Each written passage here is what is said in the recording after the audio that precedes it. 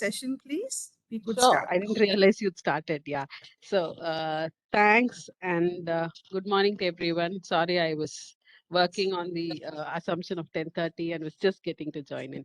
So very good to be here and thanks Devika for inviting me to share this session that I think is going to be very, very interesting.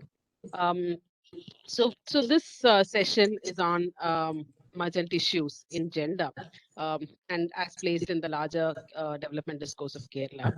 Um, so I have both an advantage and a disadvantage in sharing this session. I am pretty much an outsider to Kerala, though I've been living here for the last 2 years or so. I haven't done any work in Kerala itself, and my work has been in Tamil Nadu and in other states. So I come with that as a disadvantage, but at the same time, I think that also gives me an advantage of bringing in a fresh pair of eyes to the whole discussion. And I hope, therefore, that this is going to be a very interesting discussion. So we have three papers in this session. As we all know, gender is a key kind of, well, category, if I may say so, in the larger development discourse, and for several years and maybe decades now, we've had interventions on gender, or rather on women and girls, as that kind of translates when it comes to programs. And gender is also a key part of the larger global development discourse and the key part of the sustainable development goals, etc., etc. But at the same, and Kerala has been seen as the forefront of, of a state that has actually achieved the gender-related, at least the traditional gender-related indicators in the country when it comes to, say, women's education or women's health, say, indicators like literacy levels or maternal mortality rates. Kerala's upheld as the kind of, model state for the whole country. And many of the indicators are actually close to the ones in, say, developed countries, or at least the very I mean, amongst developing countries, some of the best ones.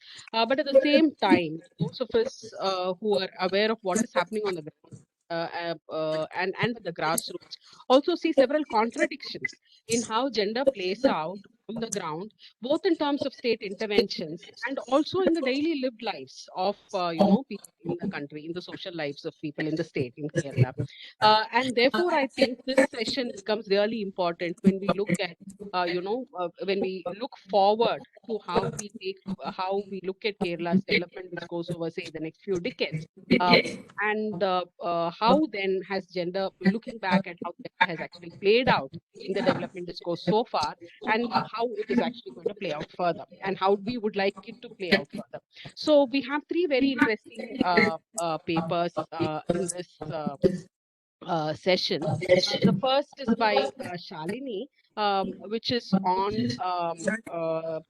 Shilpa. sorry, I'm really sorry, by Shilpa, on the transgender rights movement in Kerala, and looking at trans vulnerability and sex work in the transgender rights movement in Kerala. And then we have Devika and Anamika coming in with their paper on gendered implications of resilience in the development discourse. They use the framework of resilience in Kerala's development discourse.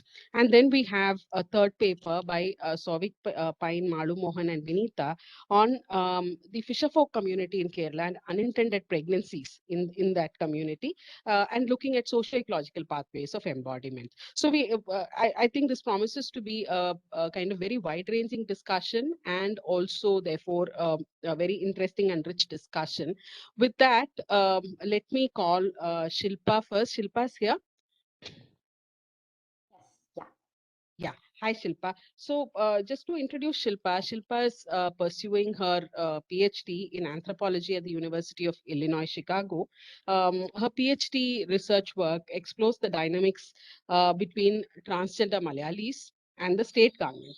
And she basically argues for locating Kerala's transgender politics within a specific subnational history of politics and social movements, rather than as a localized version of the national LGBTQI movement.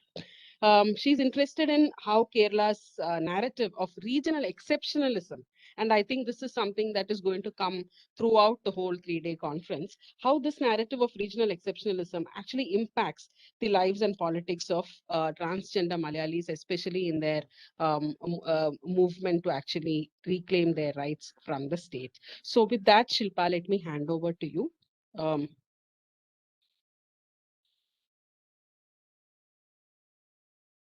Thank you. Thank you so much, Dr. Subhasri.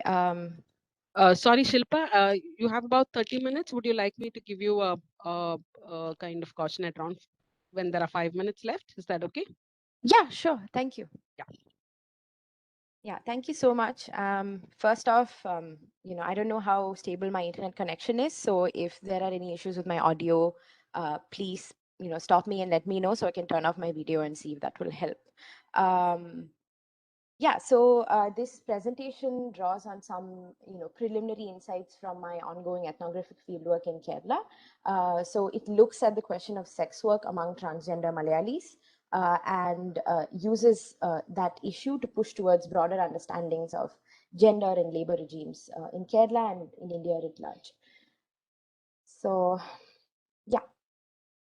In the 2017 Transgender Studies Quarterly issue, exploring trans political economies as an emergent disciplinary formation, editors Dan Irving and Rick Lewis note that while studies visibilizing transgender people as economic agents in capitalism are necessary, quote, it is equally important to expand the definition of economy to move past imagining capitalism as the singular mode of production and reducing the entirety of the contemporary regime of wealth accumulation to neoliberalism, end quote.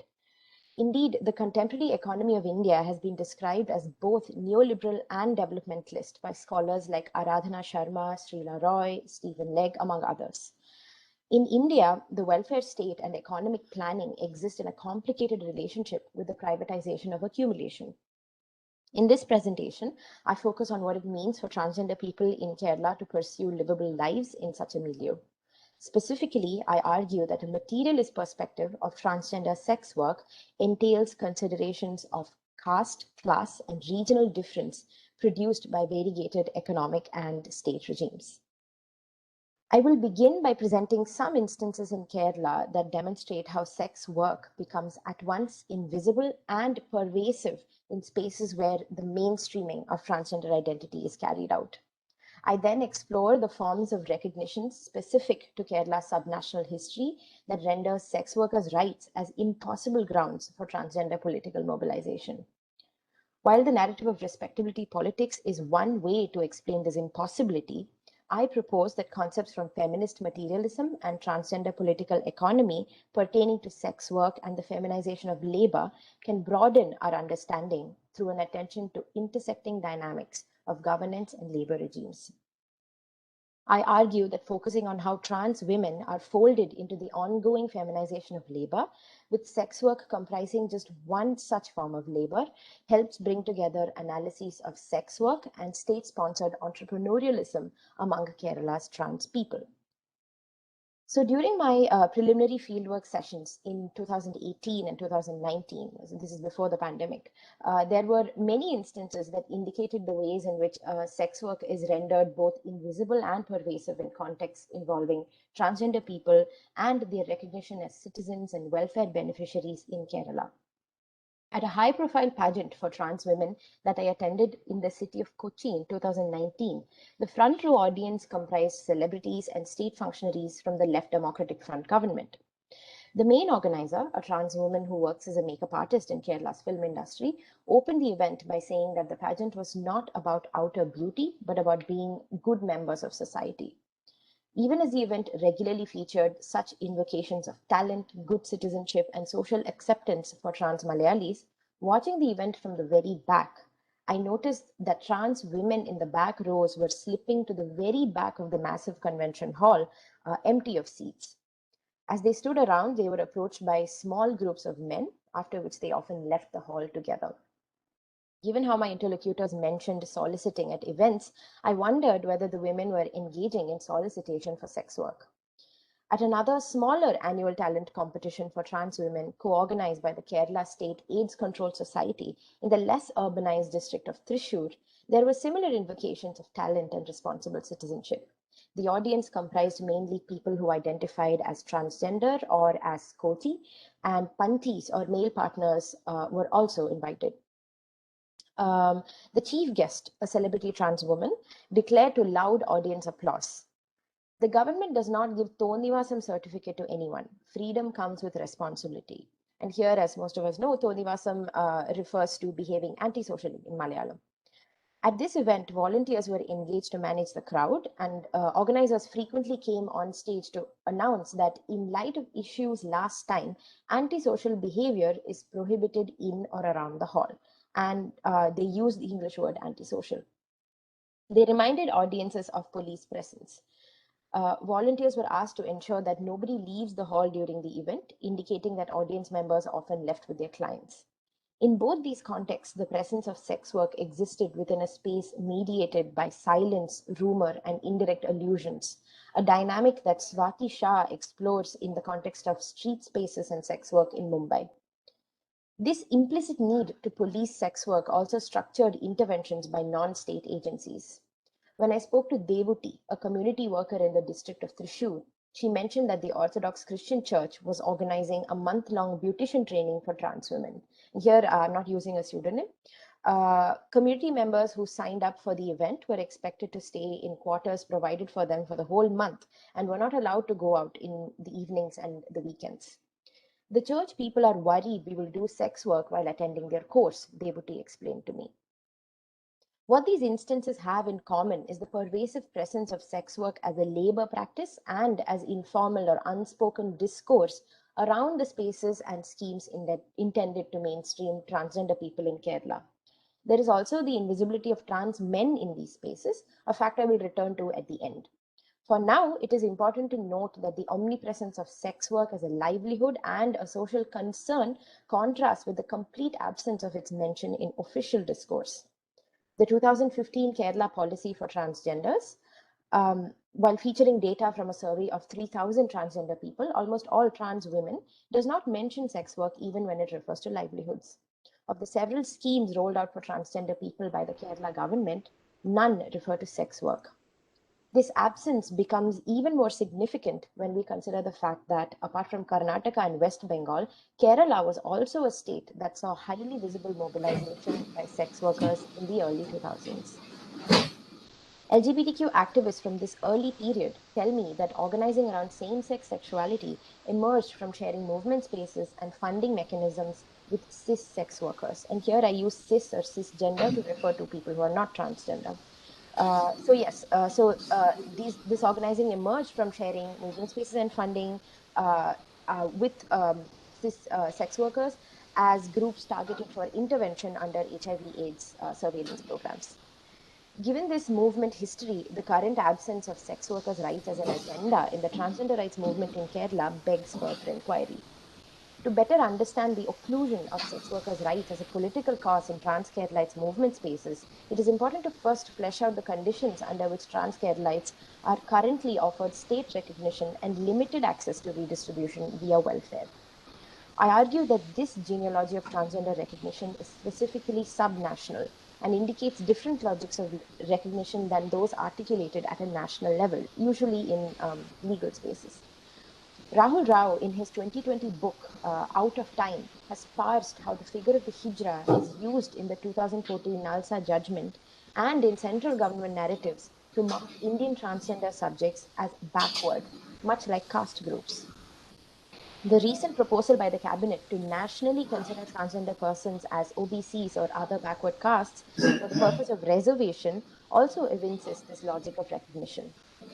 In contrast, hijras are never invoked in transgender policy discourse within Kerala. But what is pervasive is the gender empowerment logic historically used to subjectify working class women through development schemes in Kerala and elsewhere in the country.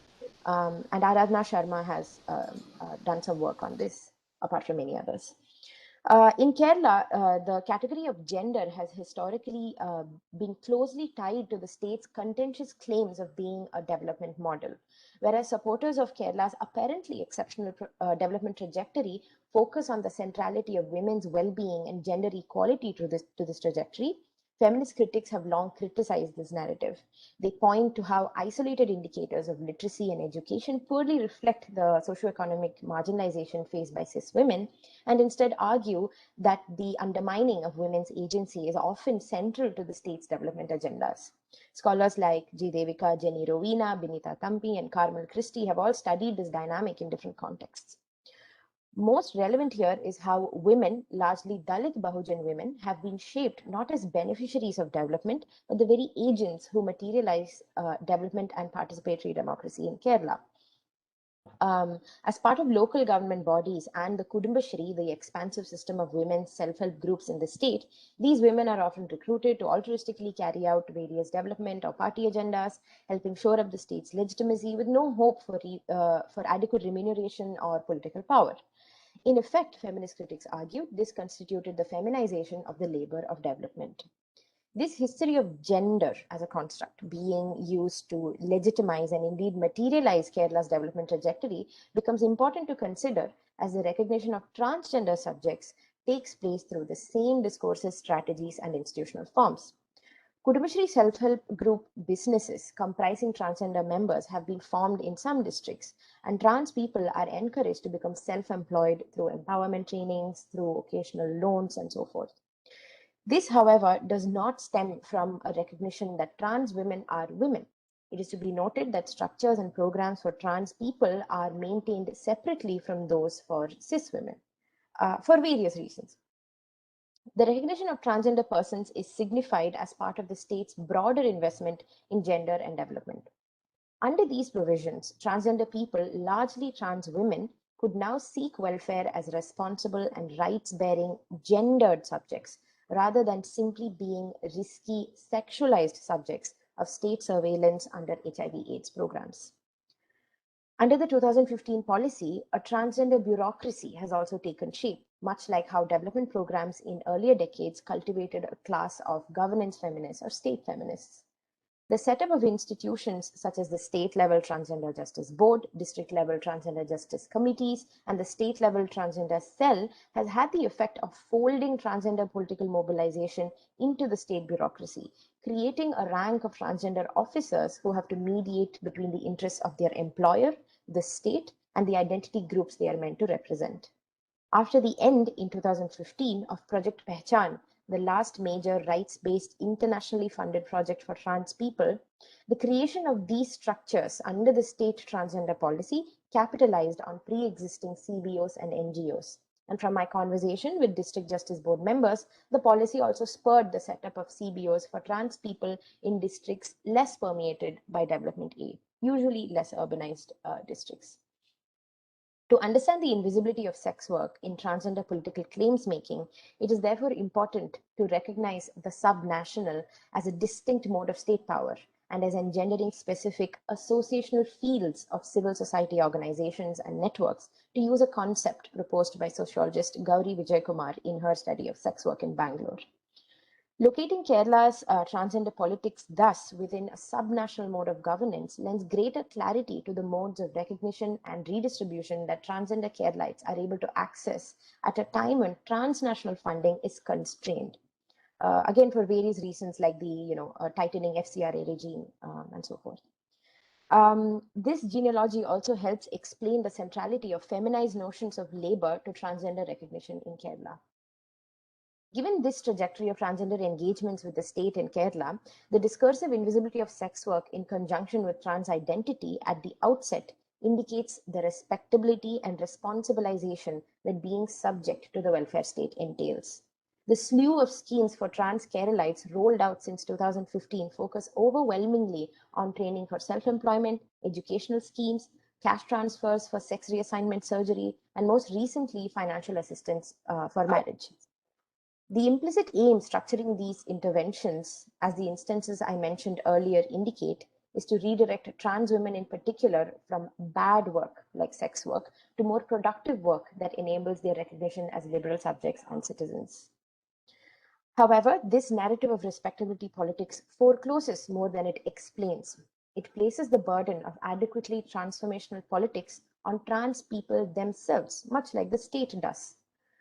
Through ethnographic work, I hope to focus less on this narrative and more on how these occlusions are set up through everyday engagements by transgender Keralites with the state and with state adjacent agencies.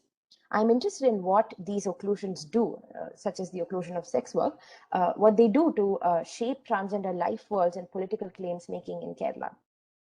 I find that the vocabulary provided by feminist materialism and transgender political economy is particularly useful to begin an inquiry that seeks explanations beyond identitarian respectability politics. Here, feminist materialism refers to a range of feminist engagements with traditional Marxist concepts, where sex work in particular has provided a uniquely productive site to challenge limited Marxist and feminist theorization of gender, sexuality, and labor. Transgender political economy, on the other hand, not only seeks to include trans people in existing understandings of political economy, but it also draws from the lives and perspectives of trans people themselves to expand and critique existing theories of labor and capital. So a materialist framing draws from these bodies of work and it sheds better light on how working class trans livelihoods become central to trans politics writ large in Kerala and locates trans lives within broader structurations of economic precarity and informalization in a milieu where both neoliberalism and developmental statism prevail.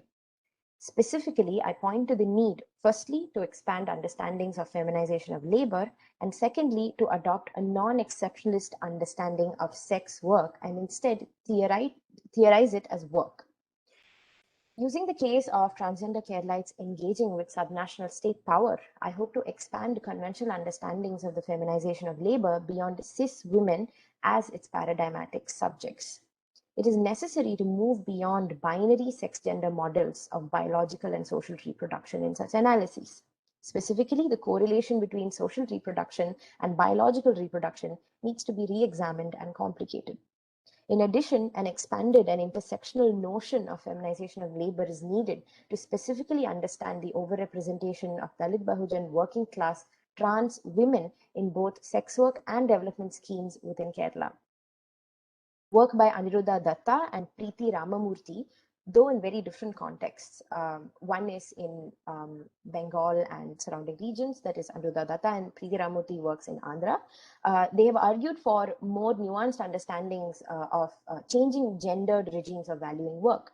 This capacious framing both takes into account the impact of feminization on people marked as cis men who are marginalized on the basis of caste, class, etc., and also accounts for the experiences of gender variant subjects under neoliberal state and market regimes.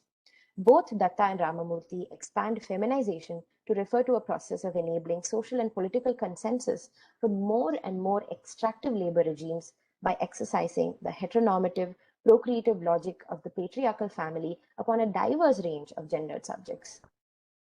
I also draw from Swati Shah and Prabha Kotishwaran's work on non-exceptionalist understandings of sex work as precarious work rather than solely as sexual violence exclusively targeting cis women and cis girls.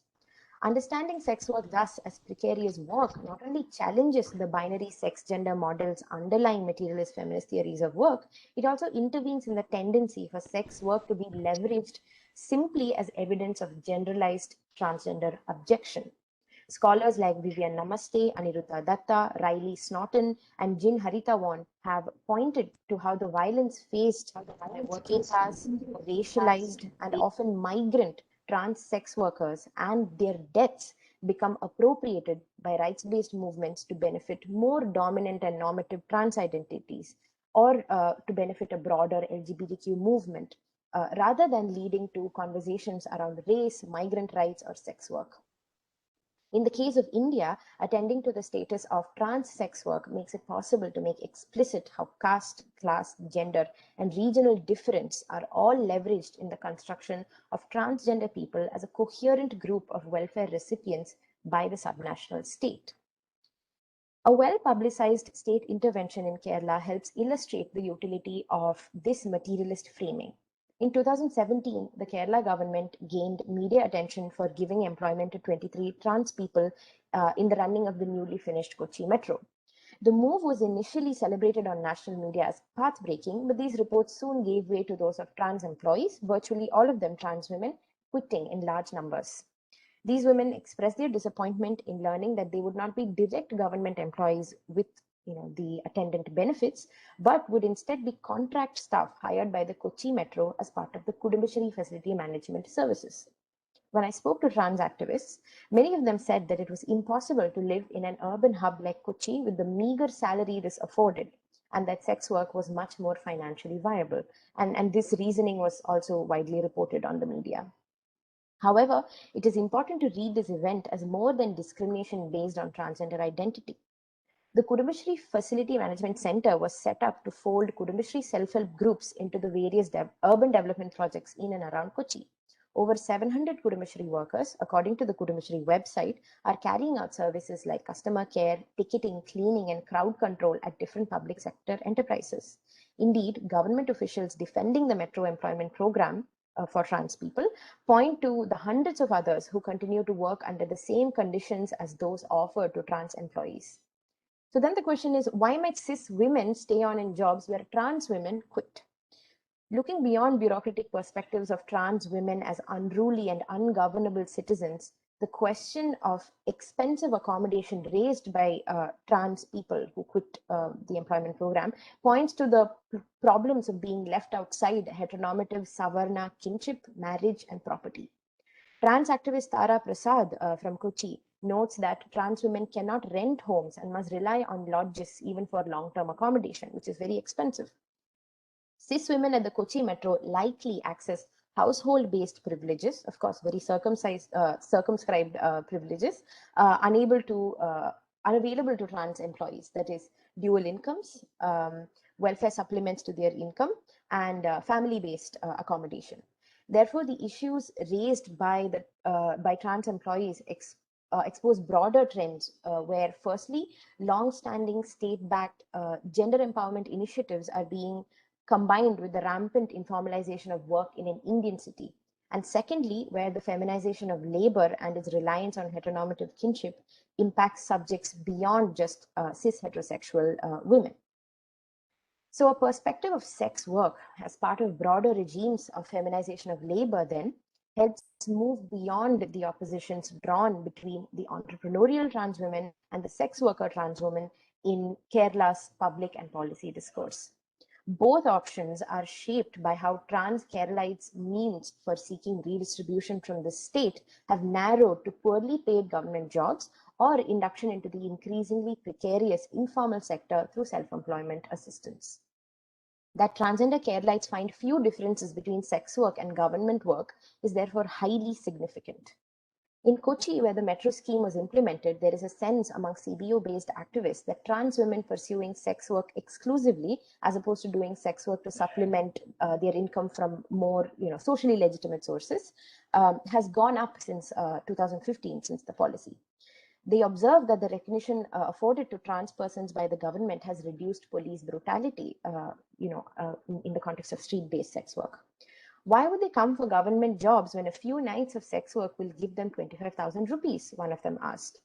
Moving beyond the respectability and responsibilization framing around sex work as either the product of moral degeneration or as a last resort in context of poverty points to the trends of informalization that shape both state-approved work and sex work for transgender Keralites.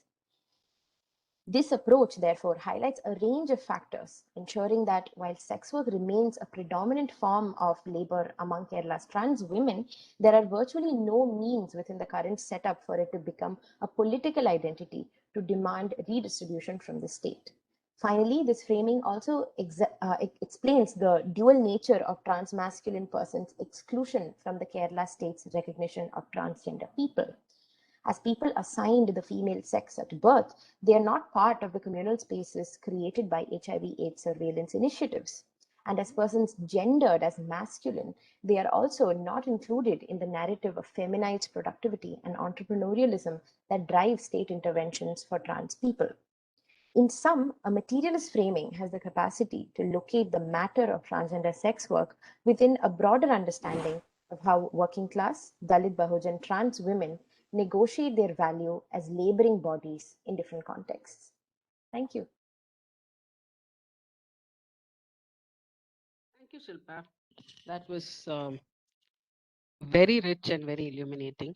What I would suggest is, since we seem to have more than half an hour to 45 minutes more than what we had planned, we could maybe take about 10 minutes for any questions. I would suggest that we keep the larger discussion after the three papers. But if you have any specific questions, especially clarificatory questions for Shilpa at this point, we can take about 7 to 10 minutes doing that before we move on to the next presentation. Is that okay?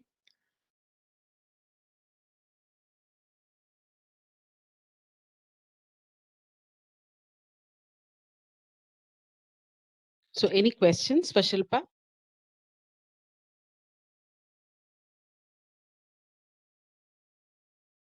Uh, can I? Yeah, go ahead, Devika. Yes, Shilpa, thanks for that really interesting, you know, and a very rich account. We really need this kind of research. I want to just ask just a couple of things. One is, how would you place this in the history of sex work interventions in Kerala, somewhat earlier by cis women? And you mentioned it, you did mention it. I'm sure you didn't have the time to elaborate, but it would be very illuminating, I think, to know about your viewpoint on, why the pretty strong interventions by cis women who were sex workers in the early years of this millennium in Kerala somehow seem to be very different, and in any case do not seem to have cleared the space for a fresh discourse on transgender identity and this precarious labor of sex work. So that's one little thing. And the other question I'm interested in is the global context. Again, this is something you mentioned in your paper. I'd like to know your, know more about what you think about the shifts in the discourse of global feminism, global governance feminism, so to say, and how it has impacted national policy and the regional one is would be a point of interest to many of us, I think. Just that. Thanks.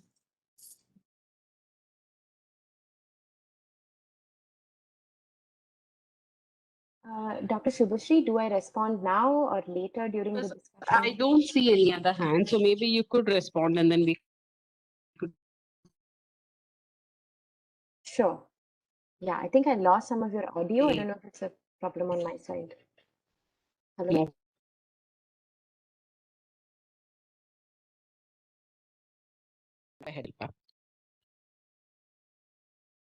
Yeah, thank you. Yeah, those are really, really exciting questions, and I'm also trying to examine those questions further in my work. So thank you, Dr. Devika. Yeah, so placing this problem in the longer history of sex work interventions in Kerala is a is a big research question in itself, and something I'm trying to uncover by also talking to people who were part of the earlier movement. We know that Nalini Jamila is an active part of LGBTQ spaces and through interpersonal relations and also by appearing at events and such. But beyond that, I'm not sure I see like an on the ground movement based interaction. And there's also very evidently been a decline in the sex workers movement. Like there's not a lot of public discourse around it, not a lot of organization around it. It seems to have become confined to again HIV/AIDS based interventions and organizations.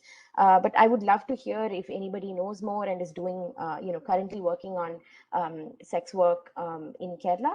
And the reasons for this seem to be many. One is the possible decline of street-based sex work with the advent of online applications and such. But somehow that doesn't really explain why a lot of trans people still do street-based sex work. One of the reasons given to me was that trans people still have to gain the kind of knowledge of online sex work and are still forced to rely on street-based sex work. I don't find that very convincing because cis sex workers and trans sex workers come from very similar economic backgrounds, and there could be more complex reasons for why street-based sex work may have declined in one case, but continues and may have increased in another case. Yeah, and there's also the broader question of what happened to sex work based interventions in Kerala that happened in the early 2000s, how it came to decline and how it got relegated to some amount of invisibility. I'm really not sure whether the emergence of Kudumbashree as a system had some role in to play in that. So I just have a lot of questions really.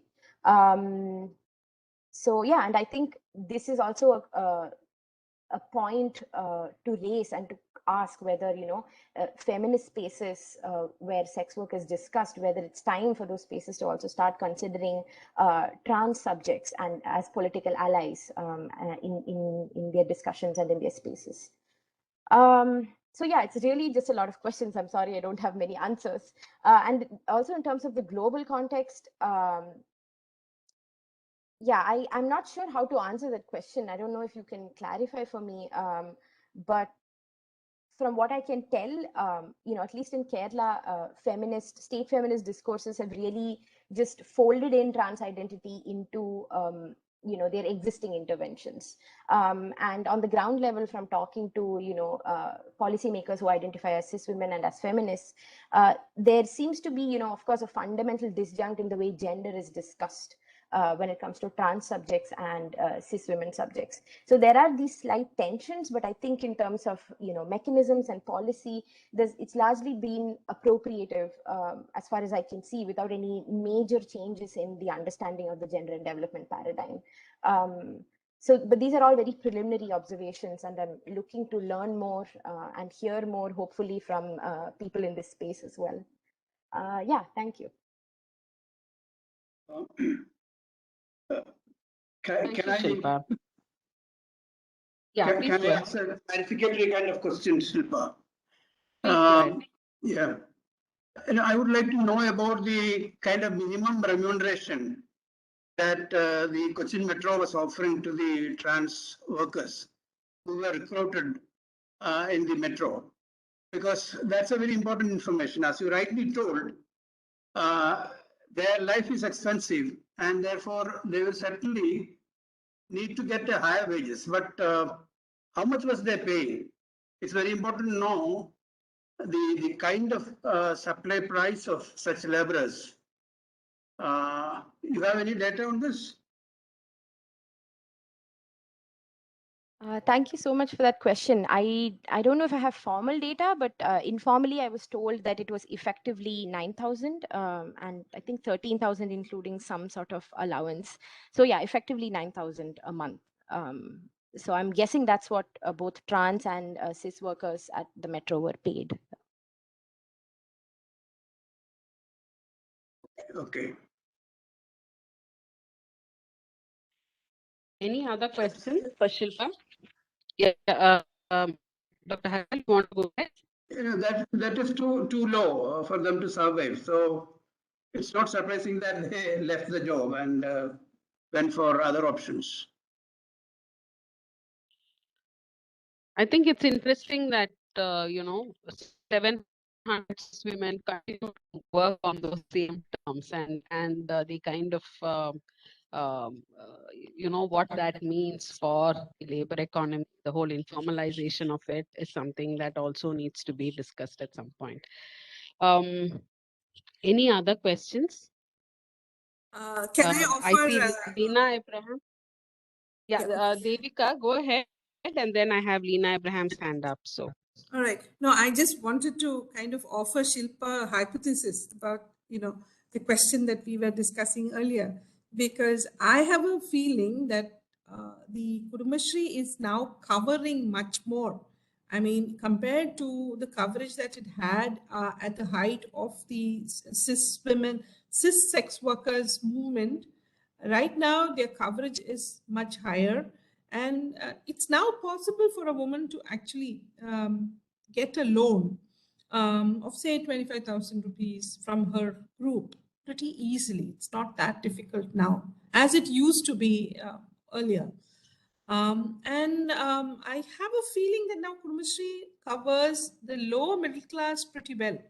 It leaves out, of course, the poorest of the poor. That's another thing. That could be one reason why cis women's sex worker movements did not really catch on so well. And with this coverage, of course, it's not just economic security that is offered.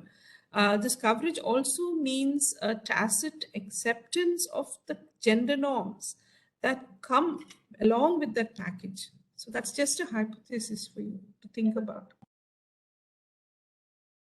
Thank you so much. That's very useful. Lena? Yeah, thank you. Thanks, Shilpa, for that very insightful presentation. Mine is a query regarding availability of housing, because women's work participation is closely linked to availability of housing. And you referred to the discrimination that trans women face in terms of getting housing. Now, Kerala also has a large number of working women's hostels. What has been the response of these hostels towards trans women? Of course, one can imagine, the kind of difficulties that, they may have faced, but have you kind of looked at it to see how these facilities respond to the trans women's demands? Thank you so much for that really useful question, Dr. Lina. Yeah. The first thing is availability of housing. So the community worker I mentioned in the presentation, Tara Prasad, has been able to give me some insight into trans people's inclusion into the Life Mission housing scheme. They were not included formally, and at least according to Tara, she has had to go and do this kind of on the ground negotiation and fighting with the government officials involved and avail of the scheme. Because I think, yeah, one of the major requirements was that only married people will be allowed to avail of the scheme, which is like a huge obstacle for trans people, needless to say. So the formulation of the scheme itself was not very trans friendly. And I think her pushing for it has led to her being able to avail of the Life Mission scheme and 40 others, according to Tara. And I also heard something about this inclusion being formalized. And I'm looking to learn more about it and see if there have been any formal notifications about this. So it's a very recent inclusion, which means that, and we know that the Life Mission housing amount is, not a lot.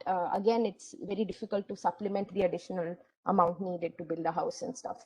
But, at least the good thing is, at least in Kochi, I think the whole marriage restriction has at least informally been lifted, which makes it possible for trans people to access housing schemes.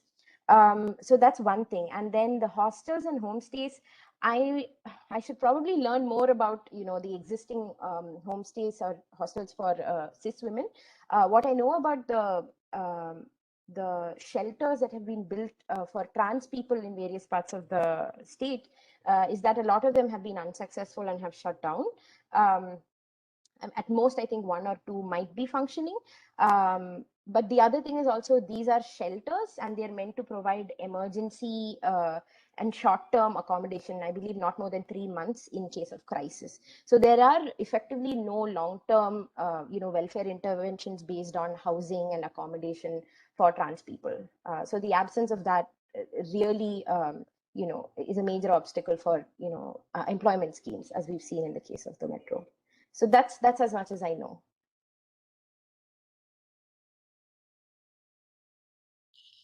Thank you, Shilpa. Are there any other questions for Shilpa?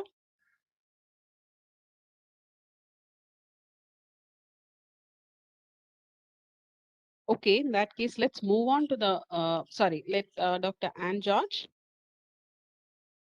Hello, go ahead, please. It was a very rich presentation, and thank you for that. My question is, what really, this transgender legal recognition and the rights which they have got now, how does it really boil down in terms of their, their ground realities? Like, what are the changes they themselves are reporting to us? One of it which you mentioned is, the reduction in police brutalities to them. Are there any more such thing or benefits or something which they recount to us?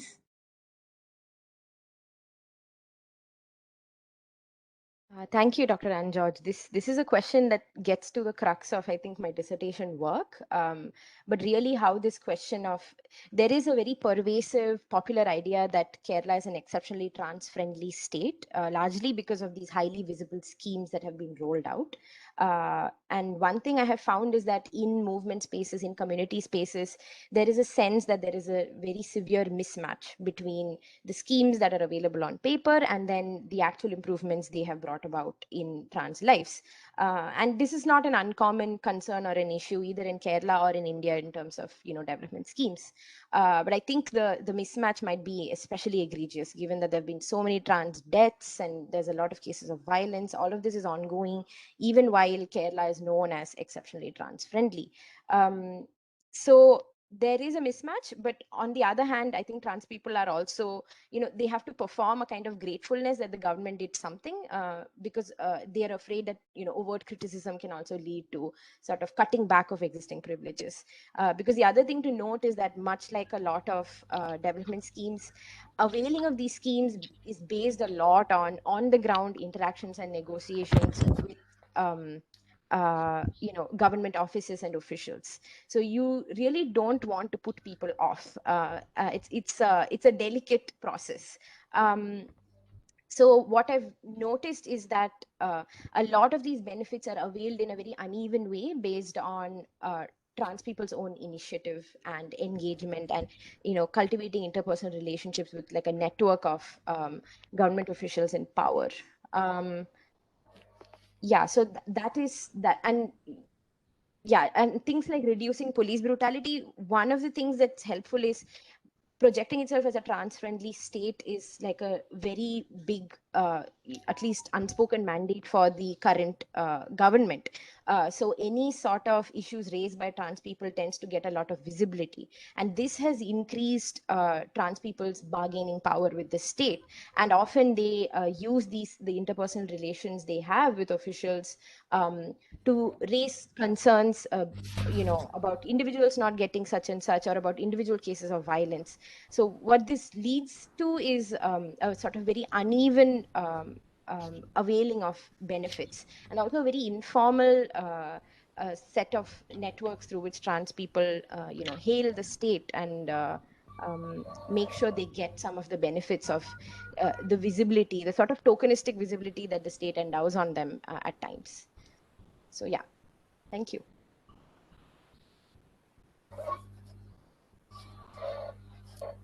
Thanks, Shilpa. Any other questions for Shilpa?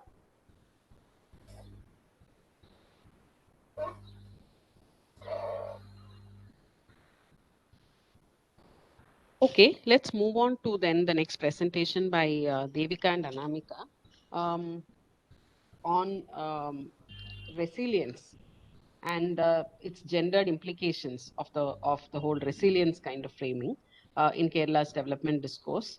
All of us, I'm sure, know Professor Devika, who's faculty at CDS, and she's currently in charge of the research unit of on local self-governance there. And she has a vast set of publications on gender and development, especially in the context of Kerala. Anamika Ajay, who's the other author of the paper, is has a PhD in development studies from the National Institute of Advanced Studies in Bangalore and currently works as a research associate at the unit on local self-governance. So over to you, Devika and Anamika. Thank you, Dr. Subhasri. Yeah, Anamika, sorry to interrupt you as you start, but since we are a little flexible with time, I'll give you a caution at around 30 minutes and maybe you can wind up in another 5 to 7 minutes after that. So you take your time. Perfect, thanks. So I'll take a couple of seconds to share my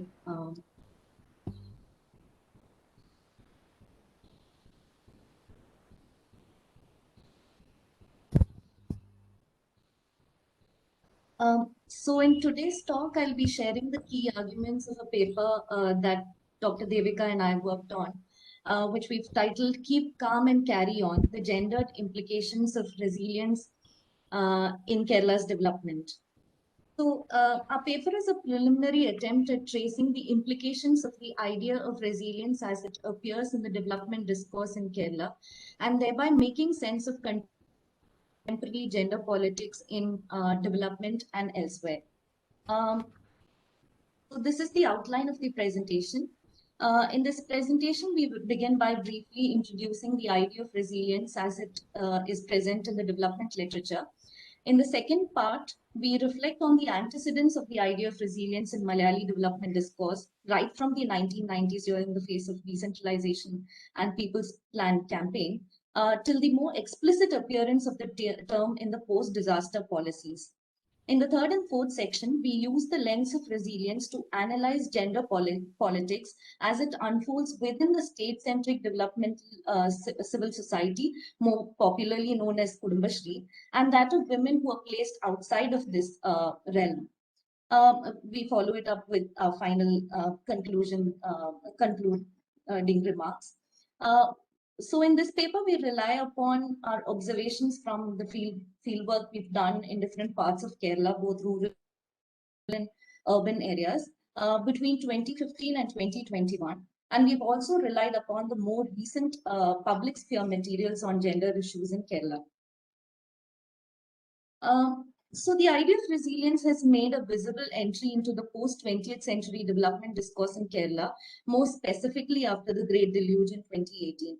However, the nuances of this usage and the implications for the larger directions of development have hardly been discussed. Resilience as a concept was initially used in the physical sciences, but has over time gone through major conceptual development and is now being used in varied analytical contexts and policy frameworks, right from ecology to earth surveillance into various areas of social sciences and humanities. This was made possible by an early separation in the literature between engineering sense of resilience from an ecological sense of resilience based on the understanding that resilient capacities will differ according to the nature of systems. The engineering sense of resilience refers to the ability of an elastic material to absorb energy, let's say from a blow, and release that energy as it springs back to its original shape. In ecological studies, however, resilience means more than just absorption or resisting the disturbance. It is a capacity that is derived from the dynamic interplay between adapting to the change, learning from it, self-organizing, and transforming as and when required. Now, both these approaches define resilience in non-normative terms, because in that reckoning, even institutions like your authoritarian state or patriarchy are all resilient, possessing the ability to withstand external shocks while retaining their basic features. So it was in this context that researchers point to the need to bring in more normative concerns through questions like who is resilient, at whose cost, and with what distributional consequences. Not surprisingly, this concept of resilience has now entered the international policy circuits as the new way of handling challenges posed by climate change and disaster management. Now, this is also the case in Kerala's context. The concept found its way into development discourse through the developmental policies in the aftermath of recurring episodes of epidemics, pandemics, and ecological disasters that Kerala witnessed in the last one decade. However, the application of resilience in disaster management are critiqued for bypassing serious investigations into the roots of vulnerability and human suffering, and while instead promoting a vague idea of overall resilience, which is treated almost like a boundary object that enables conversation between scientists, practitioners, politicians, technocrats, and citizens, but carry very little meaning, often to the point of being effete. However, scholars have pointed out that the possibility of this effete category resonating strongly with the neoliberal interest is quite high. For instance, Stacey Alamo points out that the term is being used in disaster policies to refer to an ability to snap back or soldier on after adversity, It favors the cheery and the chipper, and the ignorant who dwell in bliss. It basically tells us to keep shopping through the apocalypse. So in an attempt to give meaning to this boundary object and give meaning to this elite category, some scholars identify three elements or levels of capacities that underlie social resilience, namely absorptive, adaptive, and transformative capacities of resilience. Absorptive resilience is nothing but an ability of a system to maintain its original structure by absorbing infrequent and low magnitude risks. So basically the shape is retained, very close to the engineering sense of resilience. In the adaptive capacity, a system's ability to improve its original structure to manage risk and bounce back better when shocks occur is focused on. While in the transformative resilience, the emphasis is on the system's ability to fundamentally change its structure to move beyond vulnerability threshold. So it's clear that the absorptive and adaptive capacities of resilience are ways of accommodating the change and adapting to it more effectively. However, it's the transformative capacity that allows the system to challenge structural inequalities. We argue that it is important to understand the gendered implications of this new policy shift in Kerala for two reasons. Since the 1990s, development policy in Kerala has placed the lower middle class housewife at the heart of social development interventions. So it's important to see how this shift has shaped women's role within the state-centric development civil society. The second is the more robust formulations of the concept of resilience, we believe, have the potential to provide us with a new and effective lens to capture the complexities of gender politics in contemporary Kerala as it unfolds across different spheres. Now, while resilience has made explicit entry into Malayali development discourse only in the last decade, it is possible to argue that the experiments in decentralized government and development planning in Kerala of the 1990s was an effort by the dominant left to build resilience in the face of emerging threats posed by globalization and liberalization, though the term was not actively used then. Kerala's response show, as some scholars point out, how welfare regimes did not just break into neoliberal regime, but merely adapted and accommodated themselves to the neoliberal imaginary. There was a debate within the left in this context. On one side of the debate was Thomas Isaac and among others, who believe that decentralized planning in Kerala is a tool for improving absorptive and adaptive resilience in the face of accelerating capitalism. For instance, his view on poverty, Isaac was clear that it was possible to eradicate poverty fully under the it was impossible to eradicate fully under the existing capitalist conditions. However, local development planning, he thought, could help in reducing poverty and build adaptive and absorptive resilience among the poor to cope with the challenges.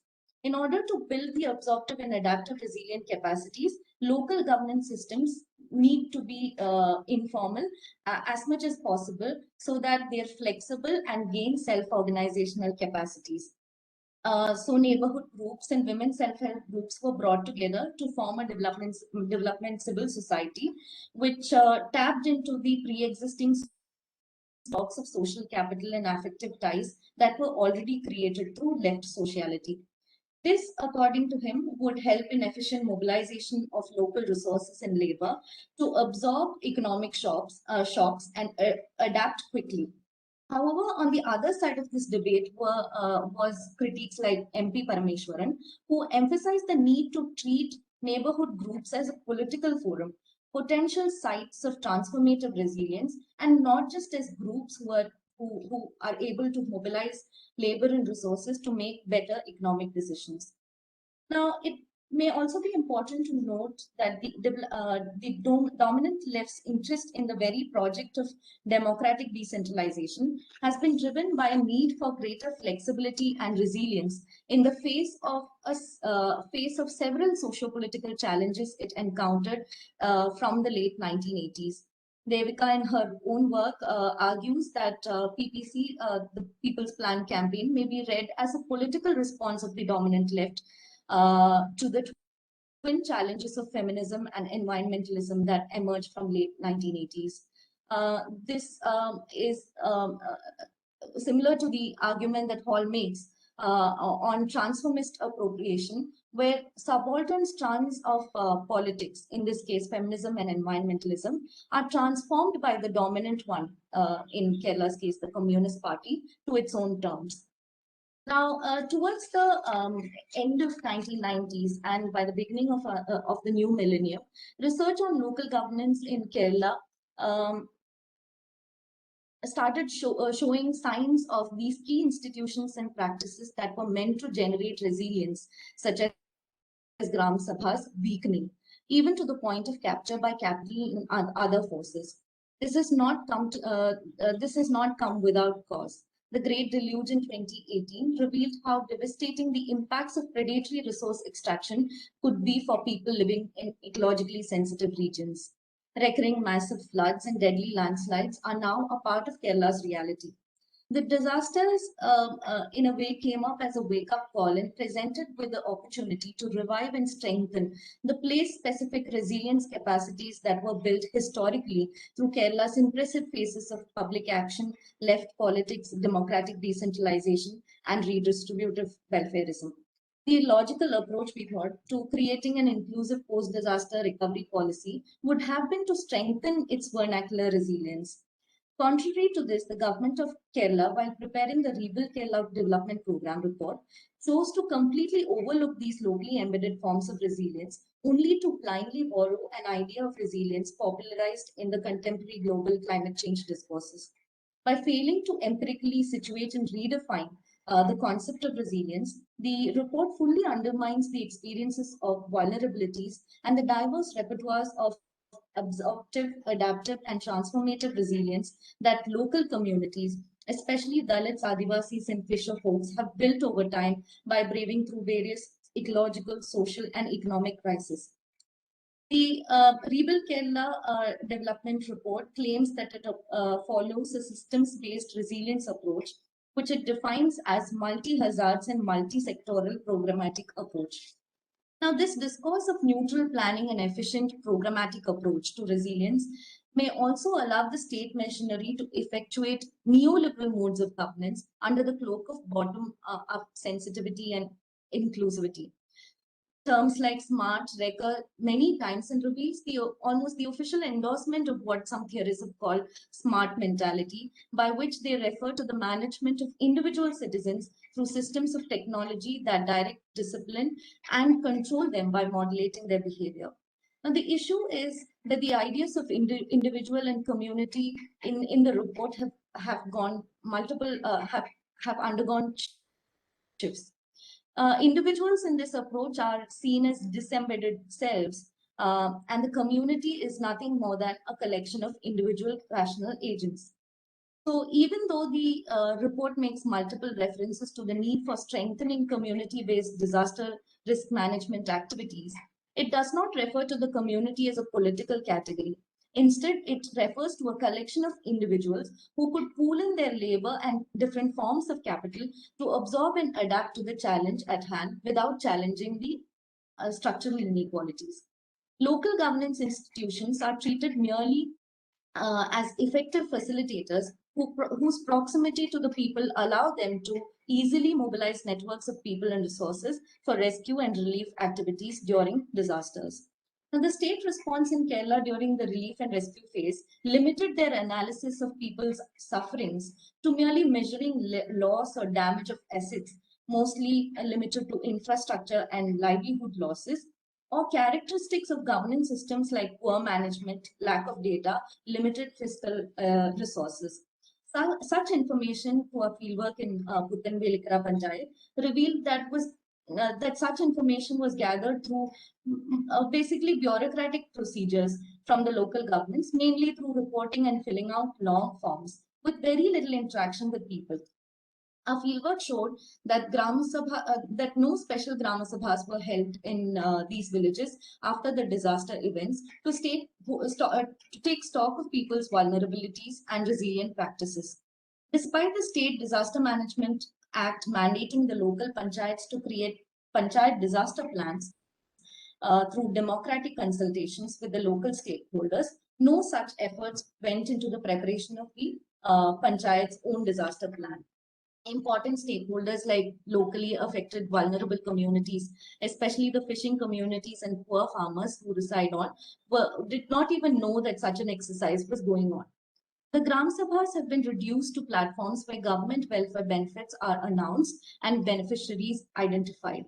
Despite the increasing awareness about the importance of local biodiversity committee, the panchayat did not pay any recommendation to attention to their recommendations, even though it was felt that the importance of management of natural resources is now important than before. While some of this could be attributed to the lack of political will at the local level, it was very evident from our interviews with the Panchayat Secretary and the local elected members that the Panchayats today are overburdened by the responsibilities to implement large number of central and state government programs on which they have very little decision-making powers. So in this development civil society, the women play a very specific role. The early designers of local planning believed that in order to build locally embedded resilience institutions to counter the challenges of globalization and new economic policies of the 1990s, it was important to create a new culture of development. For this, eliminating or minimizing political party divides at the local level seemed crucial, and hence the need for a development civil society. Women self-help group members seemed best fitted to assume the role of the agents of such a civil society for two important reasons. First, women from lower middle class groups had already been part of much development campaigning during early 1990s, like the Total Literacy Campaign, for instance. Also, as Praveena Kodoth in her work shows how the Kudumbashri made good use of the pre-existing mobilizations of women by the NGOs in the formation of neighborhood groups, especially in areas where the left had very little presence. So ample pre-existing capacities existed among women which could be drawn upon.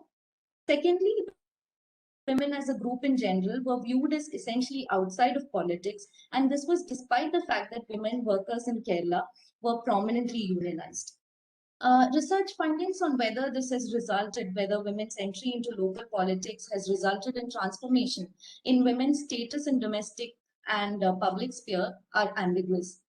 Though women's quota in local bodies has gone up to 50% and has allowed a large number of women to enter local politics, they now face the risk of being captured by political parties. Our own fieldwork suggests that women's presence in local level politics, either as members of Kudumbashri or as elected members, do not really eliminate political divisions at lower level. To the contrary, in my own research in Kasargod village, showed how women's everyday sociality and the more institutionalized Kudumbashri network acts as a stable social infrastructure that gets used by political parties to achieve their specific electoral goals. Interestingly, quite early on, there seems to have been a ground level understanding that women who enter local level politics should possess adaptive rather than transformative capacities. Instead of being a source of transformative resilience, women members are expected to deploy patience, tact, and other quote unquote, feminine qualities to negotiate the situation. Now, these women were inserted not just into the lower levels of political system, but also were inserted into the lower levels of economic system. The poverty alleviation programs like Kudumbashri target women as economic agents who are made responsible for ensuring economic security to their families. Recent research indicates that there have been significant gains to the families from this approach, especially through women's farming. Moreover, women are burdened by the responsibility of absorbing not just the economic shocks that hits their families, but also on their local communities. For instance, women in Nadimalatura, a fishing hamlet where Devika has done extensive field work, were found to redeploy community and creating community embedded markets and finding different ways to adapt to the ill effects of accelerated capitalism. However, in the long run, we worry that this burdening of women to provide economic security to their families and communities might sacrifice women's entrepreneurship. This is evident in the case of the Cafe Kudumbashri outlets for the production of low-cost meals. As Johnson and others point out, and I quote, "It is obviously very tempting to paint a picture of the poor helping each other. In this case, poor women running food service enterprises using their business potential to ensure that those in need of food do not go hungry. But as the calculations show, this welfare aspect is likely to erode the viability of the business itself." So women's roles as shock absorbers seem to have become either more difficult or ineffective in the last couple of decades, intensifying capitalism and more gravely the state-mediated dispossession are upsetting the precarious status quo that women have painstakingly crafted. Under such conditions, local communities are forced to be in a situation where they're forced to negotiate with predatory capitalists. For instance, left helpless by the state-mediated dispossession, the coastal communities in Trivandrum are now during our interview told us that to build the Adani port, they would have to negotiate with the port authorities and begin to favor the port if it brought sufficient financial gain to the community. They knew well that the ecological resilience was already compromised and probably lost with the coming of the new port. In other words, they seem to be open to trading off long-term ecological resilience for short-term socio-economic resilience of the community. This was further observed in the Palichal Panchayat, a peri-urban locality in Trivandrum, where intense resource predation in the form of granite mining seemed to be prompting poor Dalit communities to agree to a similar trade-off. Now, not surprisingly, this negotiation between vulnerable, poor, and predatory capitalists benefit men more than women, because the capital rewards the deployment of muscular subaltern masculinity in its interest, and women receive comparatively minor rewards like small pensions. Women may suffer loss of visibility and voice in the short run under such conditions. For instance, in our fieldwork, Kudumbashri women from extremely disadvantaged social groups residing in ecologically fuzzy and flood-prone areas around a freshwater body in Pathanamthitta district felt acutely the loss of ecological resilience, which has impacted the availability of fresh water and nutritional security in their community. They also now feel the combined effect of climate change and poor access to crucial resources like land, as they suffer losses in the horticulture activities that they have been doing since 2014, as both individuals and as members of the joint liability groups. Interestingly, we found that these women had alternate ideas that would ensure both ecological and economic resilience. The women suggested to us that the flood-prone areas be replanted with reeds and screw pine, which would not only restore ecological health of the water body, but also provide in the future raw materials for traditional crafts the area was once famous for. However, there are no platforms whatsoever where women could propose these ideas and transform existing practices in the local panchayats. Now, while women within the development civil society are treated as shock absorbers, outside of the state-centric development civil society, a significantly large number of Malayali women, it appears now, are beginning to refuse to play this role of the shock absorber. In contrast, they have increasingly acted as shock producers to the core institutions that took shape in the modern Kerala, of the last century, revealing their utter lack of transformative resilience. Women in Kerala began to enter higher education from the mid-1980s onwards, and a host of other factors that appeared since 1990s, including the vast expansion of visual and digital media, and more recently the social media, migration of women students to metropolitan universities, and women's greater presence in a range of workplaces. Also, the broader context of gender equality legislation against domestic violence and sexual harassment at workplace. All of these have resulted in the individuation of women. In the last 2 decades, we've witnessed many instances when individuated women clashed with the central patriarchal institutions and values of 20th century Malayali modernity. For instance, we have seen women like Hadia and Anupama who defied family authorities to choose their partners and marry across caste and community.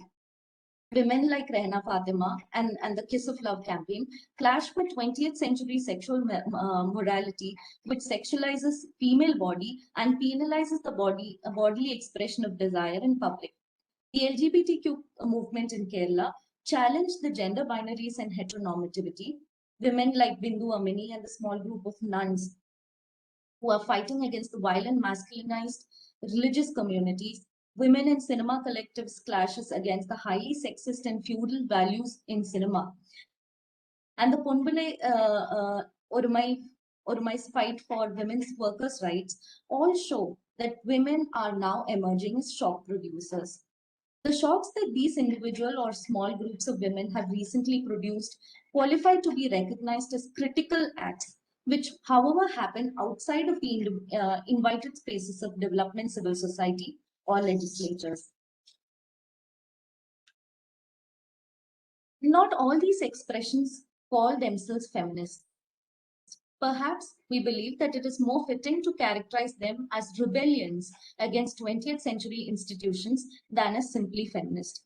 In response, however, the institutions, the core and patriarchal institutions, have rarely displayed the flexibility to adapt and leave alone transform to accommodate the rights and demands of these women and queer groups. Mostly the changes made by these institutions are cosmetic, meant to pacify public opinion and win votes rather than provide the system with any real resilience. Where transformative or adaptive resilience is called for, a minimal absorptive resilience is on offer and sometimes none at all. So in our conclusion, so basically here we are. We are facing a moment of great crisis and social resilience in the core institutions of Malayali society, evident in its ability to adapt or to transform itself as gender oppressed groups gain new capacities and make demands as full citizens. In development, the women-centered development civil society functions as a shock absorber, and it appears that even the role of local self-governments have changed too. From being expected to build resilience against globalized capital and liberalization with the possibility of transformative resilience arising from it, they've now been demoted to a provider of everyday absorptive resilience, especially during times of disasters. So even though the rhetoric has not abated, we believe that we may be approaching the end of the era of state-led women's empowerment and governmentalized feminism in Kerala. The hope then lies with the everyday acts of rebellion by the individuated women who lie outside of the state-centric development civil society. Thank you. Thank you, Anamika. I think that was a very rich presentation that captured the history of the whole discourse on resilience in Kerala and also brought it all the way up to the more recent transgressions, if I may say, um, of women acting as what you term shock producers rather than shock absorbers, which is what the perceived or nominated role for them has been. So let's open this out to any questions. We'll have, like I said, a larger discussion at the end of the third presentation also, but any specific questions, especially clarificatory questions for Anamika and Devika at this point?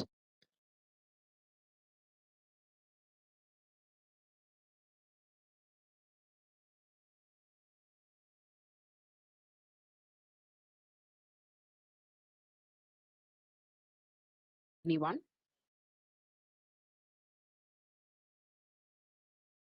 I think people are still digesting what you presented.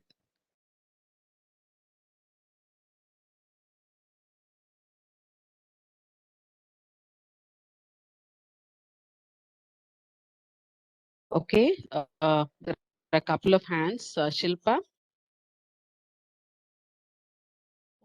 Thank you for that amazing presentation. And if this is a bigger answer, please feel free to take it up in the longer discussion slot as well.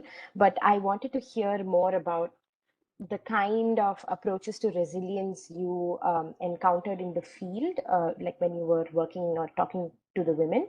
And I know you mentioned, something about them suggesting, that weeds and screw pines be planted and such, but I'd love to hear more about the different and more located ideas of resilience, and whether, the idea itself turned up in your own interactions with various women in different localities. Thank you. Devika, do you want to respond? Yeah, let's maybe take another question also. Lini has a hand up, so maybe we could take her question and then you could respond together. Hi, ma'am. My question is to Devika, ma'am.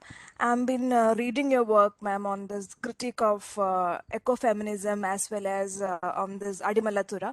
So I'm curious, can we locate this resilience under the critique of ecofeminism, also within the ecological citizenship that I have that I have read in your work? Can we locate this resilience in the contemporary Kerala society within the critique as well as the critique of ecofeminism and the ecological citizenship? That's my question, ma'am. Thank you. So, Devika or Anamika, would you like to respond before we go for an next round? Devika, you're muted. You're muted. Okay, Anamika, you want to go first a little bit? So Shilpa, to answer your question, I think during our fieldwork, it was very evident that women did have the absorptive ability quite clearly. So women did act as shock absorbers, as we call them. Especially, it was evident when during the floods and during COVID, the first phase of COVID, the government had announced for special loans during that time, and women were quickly, taking these loans to kind of adapt to the dramatic changes that both these events had caused in their life. So absorptive capacities were clearly, women had acquired through the 20 years of, Kudumbashri in local politics.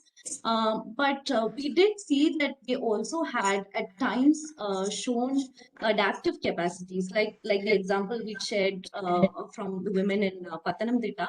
I also found that in Puthanvelikara, which was one of the worst affected panchayats during the floods, they also were, they really kind of fought with the panchayat when they were forced to farm in the same areas where it was flooded. So they kind of refused to do that, and they got into other forms of activities, like start small enterprises instead of going back to farming in these vulnerable locations. So women did have ways of adapting to the challenges posed by ecological disasters. But the point that what we wanted to make is these adaptive capacities remain within these individuals or local communities, because they do not have a platform where these things can be discussed. Because Kudumbashri was not included in any of the development planning that was taken up in post-disaster context in the panchayats. So traces of adaptive capacities, but mostly absorptive capacities. And this I'm talking specifically about women who were within the fold of Kudumbashri. But Devika? Right. Yeah, I confirm what Anamika said, because we put together our field work my own fieldwork at Adimalathura as well as Pathanditta, on both sides, you actually saw that women wanted to go beyond just being shock absorbers. They had suggestions which very well qualified to be recognized as adaptive resilience. For example, they had suggestions about how to avoid losses from climate change in small scale agriculture that they were undertaking. They were, of course, very interested in farming.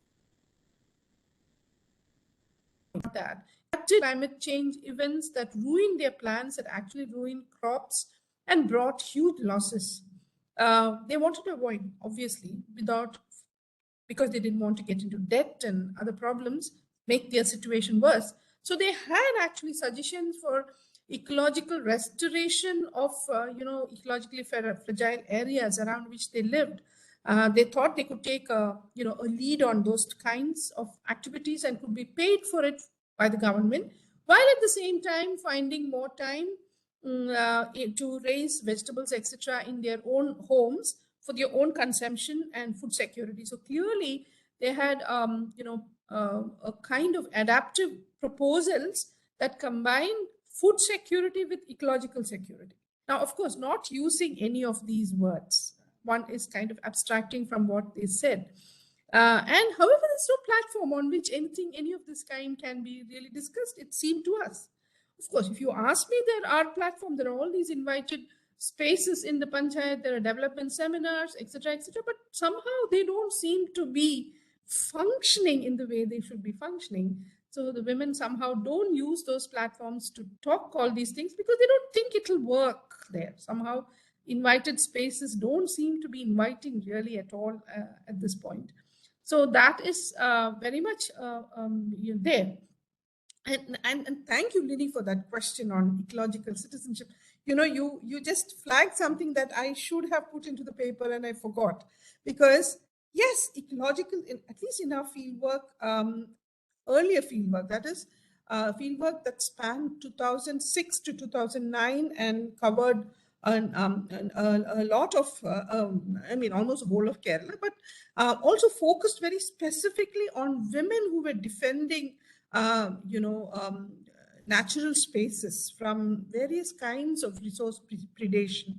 And there was at that time in that research project, we had actually interviewed, a colleague of mine had actually interviewed a number of lone warriors, women who were fighting alone various kinds of resource predation outside the framework of Panchayati Raj. So in some ways, what you call shock, we said we kind of made this binary kind of thing between shock producers on the one hand and shock absorbers on the other hand. I think this complicates the picture because you did have a group of women who were outside the framework of Panchayati Raj and who were actually trying to preserve these spaces. And again, they were not really, you could call them, it complicates the things because they definitely were in favor of adaptive resilience, because these were women who were trying to restore riverbanks, protect islands, not by just, deploying some kind of an engineering idea of resilience by just stopping all work around the place, but by actually trying to revive these places and protect these places through adaptive strategies. So I think ecological citizenship, because, as I argue in that paper, which you probably read, these women are not just, they're not just some kind of nature warriors or earth mothers, etc. These are women who are fully aware that they're dependent on these spaces for their livelihoods, that they do, use these spaces. They're not treating nature as some kind of lapsarian, protected. That's not their vision. Their vision is not one of pure conservation, but definitely one of sustainable use. And their strategies are also adaptive in that sense. But this happens outside the framework of the Panchayati Raj. So that's a bit I think we need to incorporate into this paper at some point, and we'll do that. Thank you for flagging it.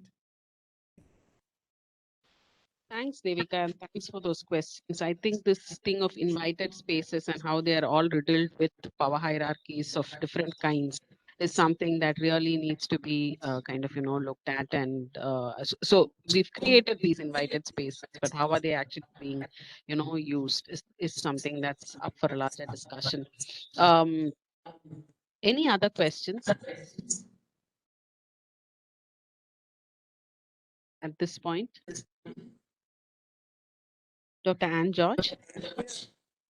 Not a question, actually, just a comment, actually, on, what the speaker was saying, which is basically, the women passing on this idea about ecological resilience or planting reeds and all that. In fact, actually, to me, it seems that this is the priority which Kerala should be having at this point of time, because every year after year, we are hearing stories of landslides and people getting killed. And it's very disturbing to see that government has different priorities. This idea of the women had to be taken at kind of a war footing kind of priority according to me, but something totally else is now occupying the center stage, which is very unfortunate. Just this comment. Yeah, thank you. And I think I would agree. I mean, and the point is, the really terrifying thing is that unlike in the 1990s, when women were granted a certain very central kind of agency in poverty alleviation, when the problem was poverty, women were granted this kind of centrality, and for reasons that I think we mentioned. But now that the problem has shifted towards vulnerability, it's that almost women are totally absent and silent. There's no voice even. When we try to find out in each of these places whether the disaster management reports that the panchayats were making, were prepared with the knowledge of women, they said, yeah, they remembered some meeting about disaster management policy, and the CDS chairperson was invited, and she could not recall any of the details. We went through these disaster management reports that are put up. They are available online actually. Report after report has just some mention of there's no analysis of gender impact, nothing. Very little, very, very cursory kind of discussion. And basically, it's the Kudumbashree mainly figures, if it figures at all, in the list of phone numbers of various committee members who need to be contacted in the event of a disaster. So you see, there's really no imagination about local kinds of resilience that women have built up since the 1990s, precisely through organizations like the Kudumbashree. And it's even more terrible when the community is actually faced with dispossession, as we found out at Adimalathura. So in Adimalathura, the women feel completely ignored by both the state as well as civil society and the media. Nobody seems to be listening to them at all. So, this contrast between the centrality of women when the central issue of development looked like it was poverty, and when that seems to have shifted to vulnerability, women are totally absent, is rather scary. Yeah, I agree. Okay. Tina Abraham. Yeah, once again, thanks for these lovely presentation. Mine is, a bit related to this recent experience of COVID pandemic, where local bodies and panchayats played a major role. And care work is generally, centered around women. And how did women actually respond, in the context of COVID pandemic and the general, state organized work around, risk management and so on and so forth?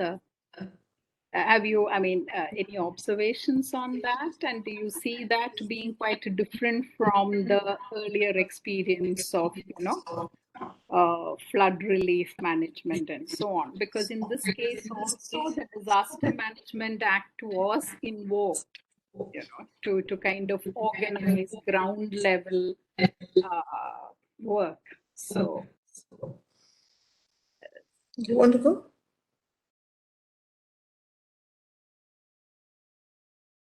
So during our fieldwork, we did some fieldwork during the peak of COVID, the first and second wave in Puthanvelekara Panchayat. What we realized is that the local panchayats used women, like Kudumbashree is now a stable social infrastructure that the state can, use whenever and for whatever objectives it wants. And so during COVID, Kudumbashree women workers played a major role so during the flood they were used mostly for the immediate relief and relief activities. So the rescue was mostly done by men in the village, and all with the help of fishermen who came from elsewhere. But women were mostly responsible for running community kitchen and running the relief camp. A similar experience was also there during COVID. Women provided relief work, so the ASHA workers who had also experience of providing, providing their services during other epidemics like chikungunya and dengue and all of those events, episodes of epidemics. They were very quickly mobilized by the local panchayat to act during COVID. But when I spoke to ASHA workers, they seemed very proud about being the frontline workers. They were very disappointed with the fact that they were hardly remunerated for the work that they did.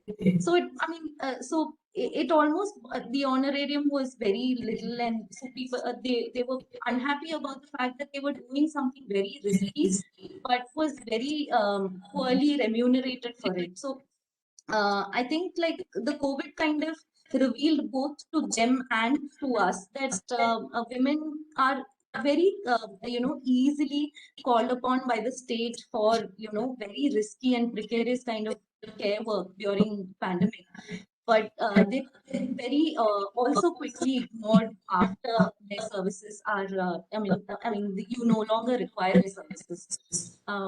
Yeah. No, in fact, it seemed to me like a return to the pre-bylaw days. In fact, in Kudumbashree, after the Kudumbashree bylaw was changed and strengthened in the first decade of the new century, 2008, if I remember right, there was a difference when the elections to the Kudumbashree became, regularized and it gained semblance of an independent development civil society. But it takes me back to the days prior to that, when the Kudumbashree was actually used pretty much as the panchayat liked. Because I took me back to the chikungunya days. That is in 2007, if I remember right. We were doing field work in Kerala at that time, and the way in which the Kudumbashree was used at that time was pretty shocking. The way women were used in measures to combat chikungunya, like for example, mosquito eradication, etc. Everyone fell ill. Many of the Kudumbashree leaders actually caught the chikungunya, and they were not remunerated, they were not compensated for their health risk, etc., etc. At that time, in fact, the remuneration they got at that point was so shocking, absolutely shocking. In fact, in a state where labor is paid relatively better compared to many other places in India, and therefore attracts labor from all over India to come and work. Kudumbashree workers were paid an absolute pittance, and that too not directly. So somehow I fear that the pandemic situation now and the erosion of this development civil society, and I think that the term that Anamika used is very important. It's now social infrastructure, a durable social infrastructure for the state, much more than a development civil society in its own right. So a development civil society definitely would have its own voice, its own ability to critique the state and the demands that the state makes on it. But Kudumbashree seems to have none of that. Even after, of course, the there was hope after the bylaw and the regularization of elections in the Kudumbashree that things might change for the better, but clearly no, it has not happened at the scale that would have made a difference.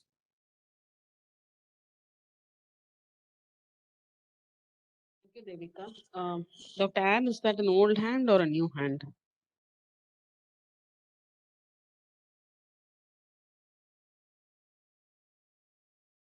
Okay, if there are no more questions, let's move on to the next presentation, and I'm sure we will come back to some of these issues at the end of the third presentation too, and when we open it for a larger discussion. So let me invite Souvik, Pyne and Malu, Mohan, who will be co-presenting the third paper, which is set among the fisherfolk community and looks at unintended pregnancies among the community, and looking at the socio-ecological pathways of embodiment.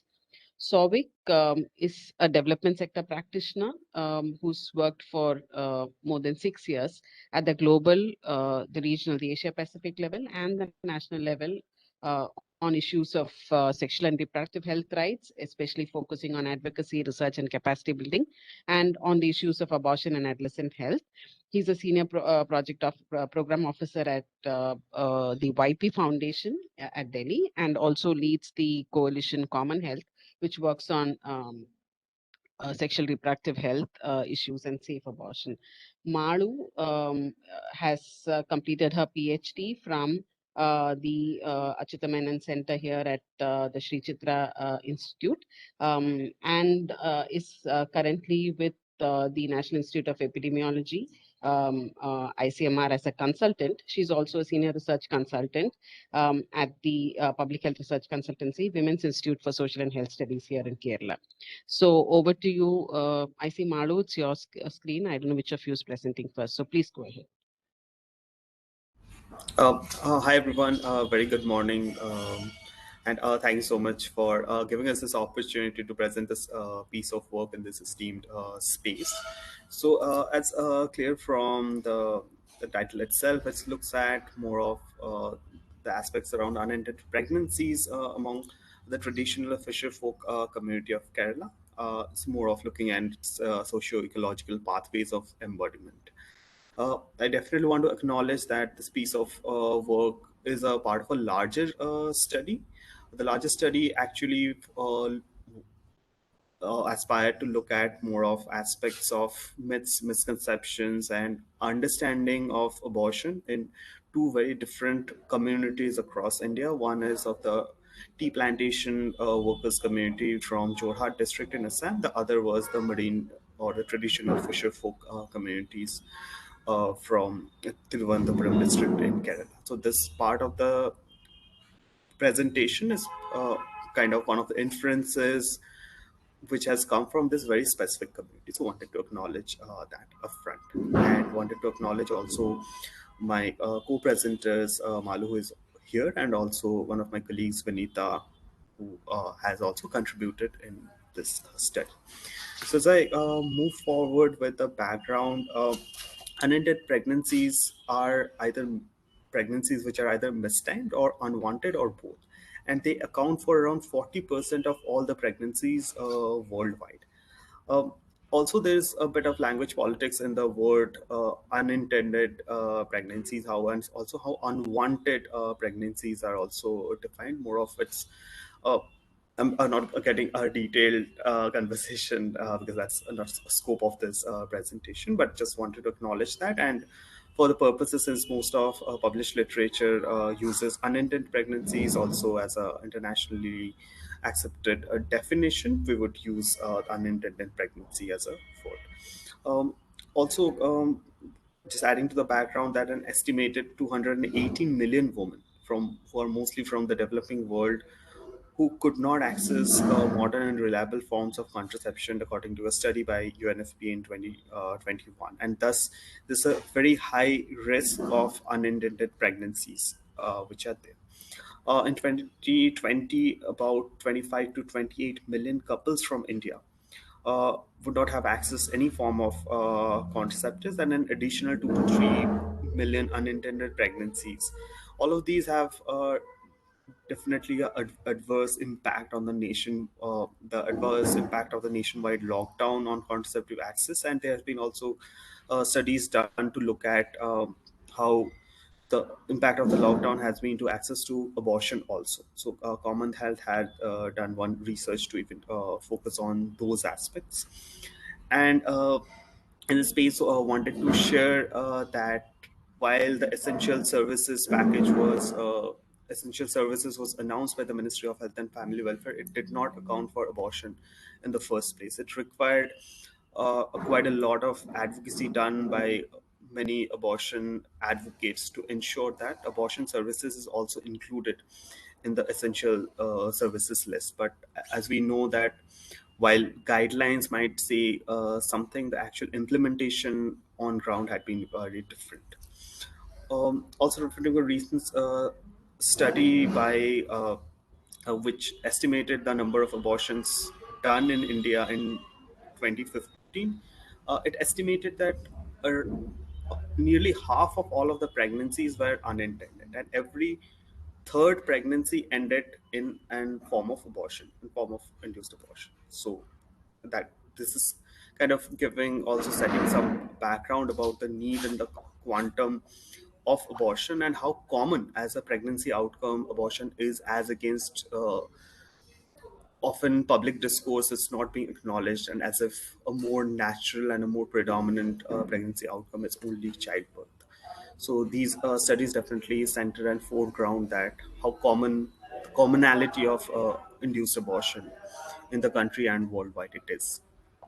And in this connection, wanted to just make a reference of a phenomenon called a prevalence paradox, where since there is not enough reporting, there's under-reporting, and there's not of enough data capturing done, and there's also misclassification of abortion behavior that also leads to a lot of under-reporting, and this cycle continues.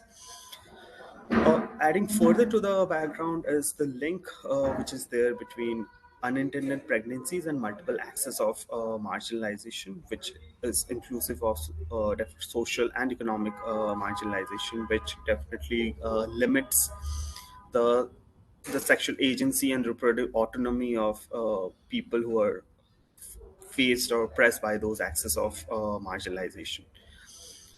Studies from different African and American and South American contexts have also reflected that women, especially from socioeconomically weaker backgrounds, have a higher rate of unintended pregnancies compared to others.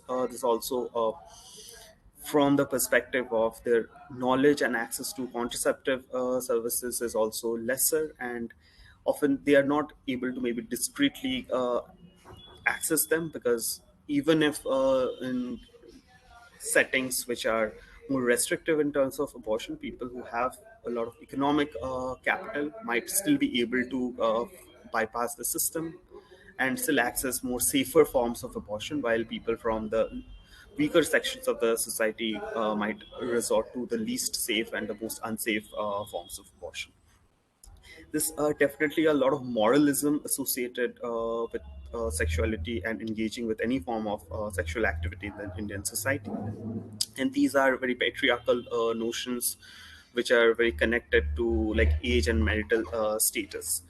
Uh, that adolescents and younger people often are not considered or acknowledged as sexual beings, and sex is only looked at from a perspective of procreation within the domains of marriage. So this definitely has an implication about access different social groups have for getting a safe and legal abortion in this country, even if uh, in spite of that India as a country has legalized abortion even more than half a century back. Young people are also very specifically denied and have a lot of restrictions to get any form of SRHR information, and especially around abortion, and their access to quality SRHR services, even though mandated by different national programs, On-ground implementation has been very dismal. One of the studies done by my own organization, which used a mystery client methodology in the state of Uttar Pradesh and in Delhi, also showcased that their access has been very much restricted. This, though, is not more from anecdotal evidences of the work we as an organization have been doing in Kerala and Assam. So this has also been validated through experiences of fellows who have tried to access information around abortion in many districts of Kerala in itself. So definitely wanted to add that in this context. Further to the background, there are research studies which show that there are high levels of pregnancy among adolescents. This has been in research done in Maharashtra as well in Manipur. There has been a global rise in conservatism with its impact on legal provisioning of abortion access in many parts of the world, which uh, portrays a very grim situation. Wanted to also share in this context that I guess many of you are aware of this global gag rule, which from the US context, since US ODA is very important and any form of funding. Hello. Yeah, is anyone saying anything? Yeah, go ahead, Souvik. I would request other participants to please mute. Sure. No. So I want to definitely acknowledge that because of the Trump administration, the global gag rule was reinstated, and there was a Pompeo expansion to the global gag rule as well, which basically meant that any organization who has received money from USAID, and even if it's any subgrant from an organization who has received USAID money, they are prohibited for doing any kind of abortion related work. So it had affected many organizations, especially grassroots organizations working with multiple key populations, where abortion needs had to be shelved. Either they were left with a choice to either stop their work or key populations not getting access to abortion because that was not possible under the grant agreements. Um, this has definitely a lot of relationships between the embodied subjectivities of pregnancies and patriarchy, which were also brought to sharp focus through all of these different mechanisms which restricts individuals' right to getting safe and legal abortion. Um, in 2021, even after a change in the government, because of the federal nature, the United States also have seen the highest number of abortion restrictions, which has been enacted across the several states of the US. Coming to Kerala's context, Kerala is one of the states which is having a TFR lower than the replacement level. It's one of the states having the lowest fertility rates in the country. In the method mix of contraception, female sterilization still is the most dominant form of modern contraceptive used. Uh, Whether these are being used or enforced or coerced or conditioned in a certain way, that's definitely a space for exploration, and there are research available there. There's also poor use of modern contraceptive methods, and there's abysmally low prevalence of male sterilization, so male engagement in the entire discourse of contraception has been very low. That is across the country, and Kerala is no exception to that. There's been qualitative studies conducted in Thiruvananthapuram district of Kerala, which has showcased that limited knowledge about modern contraceptives, and there is higher reliance on natural methods, and there's a limited freedom for any kind of contraceptive decision making, including around tubectomy. And all of this kind of asks us a very important question, that why the onus of birth control is squarely put on the shoulders of women or pregnant persons. In the entire environment, there is not enough information. There's no comprehensive sexuality education. There is no proper SRH information provision is there. Around contraceptive access, there are so many challenges. And with all of these background, even if there are people who get pregnant, and then their access to abortion is also limited at multiple levels. So the rationale for this study and having a very specific focus on this marginalized or vulnerable group is that around one third of those engaged in the fishing profession of fishing related activities in India are women, and over a million are estimated to be from the fishing villages of Kerala. Also, Kerala having one of the best health system indicators, it is also very interesting to understand that within such a context, how where the maternal mortality rate is the lowest, and even in this context where unsafe abortion remains as one of the top preventable causes of maternal mortality, how access to such a service, such a key service within the SRHR domain, how people from vulnerable and marginalized communities have an understanding that how well they have an access to that, and what are the implications which also emerges from this exploration. Uh, the marine or the traditional fisherfolk community remains as one of the groups who have been neglected and excluded from the larger development experience of the state, and has been reflected as an overall social and economic backwardness across many development indicators. There have been studies who have focused and depicted that the unsanitary and the overcrowded living conditions they thrive in, their lack of access to even basic services, there are poor health outcomes they have much higher infant mortality rates compared to the general population. There are a lower sex ratio also, and definitely a poor access to health facilities for the group. So all of these deepen and make the groups even more marginalized.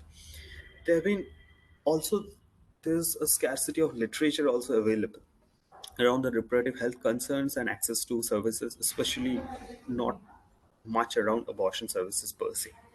There have been various studies, one around reproductive tract infections, where this has also been specifically called out. There is a culture of silence to speak about anything to do with the sexual and reproductive health of women from the community.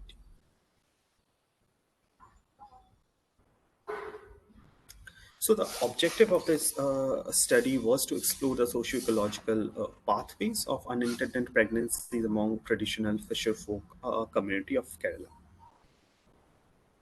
And as I earlier explained also, that this is one of the objectives, and this is part of a larger study which was undertaken both across the context of Kerala as well as of Assam. Coming to the methodology, we use an exploratory approach using qualitative research methods for undertaking this research. Traditional fisherfolk community residing in a coastal Grama Panchayat from the southern Kerala, the Thiruvananthapuram district, was the target population. In-depth interviews among theoretically sampled respondents were done, keeping in age, gender, marital status, and social position related factors in mind to ensure enough diversity in that space. There were three specific categories of respondents we had selected. More of young women residing in the panchayat. That's from an individual level trying to understand from individual level perspective, and we are also referring to like young women residing in the panchayat. So there were a mix of both who belong to the traditional fisherfolk community as well as others who reside in the same locality might not be associated with the same fishing activities, just to also understand its historical perspectives, and how the current interventions also have an outreach in those very specific geographical spaces beyond the background identities. We also interviewed community gatekeepers and leaders, including trade union leaders, community health workers, social activists, to understand from a community level perspective. To understand from an institutional level perspective, we had interviewed representatives from local institutions, which includes local self-governments, local health system, the ICTS, and also the Kutumbashri institutions as well. So my colleague Dr. Malu would come and share more of the findings and the ecological framework we have used in this study. So I would conclude my bit and request Malu to take over. Thank you. Thank you, Souvik. Thank you. So I would be continuing with the presentation. So as Souvik mentioned, we had examined how unintended pregnancies have been embodied in this particular community using the ecosocial framework by Nancy Krieger. The framework basically says that three core concepts are there. The first is that people literally embody their lived experiences biologically. Their lived experiences from their social and ecological context are embodied biologically, and that the health profile of communities are shaped by the ways of living afforded by their current and historical and changing societal arrangements of power, property, and the production and reproduction of both social and biological lives, and also the biophysical world where they reside in. And the third concept is that diseases or determinants of health or disease are outside people's bodies and which are manifested at different levels and involve different spatio-temporal scales across life course. So this is basically the framework. On the right side, you can see that the levels of processes ranging from global to individual. And on the left side, we see the political economy and ecology, which affects the population distribution of health, which are mediated by class, racial or ethnic, and gender-based inequalities. This political economy, along with the historical context, influences individuals across their life course in utero to adulthood. So this was the framework that we had used to examine the issue. What were our major findings?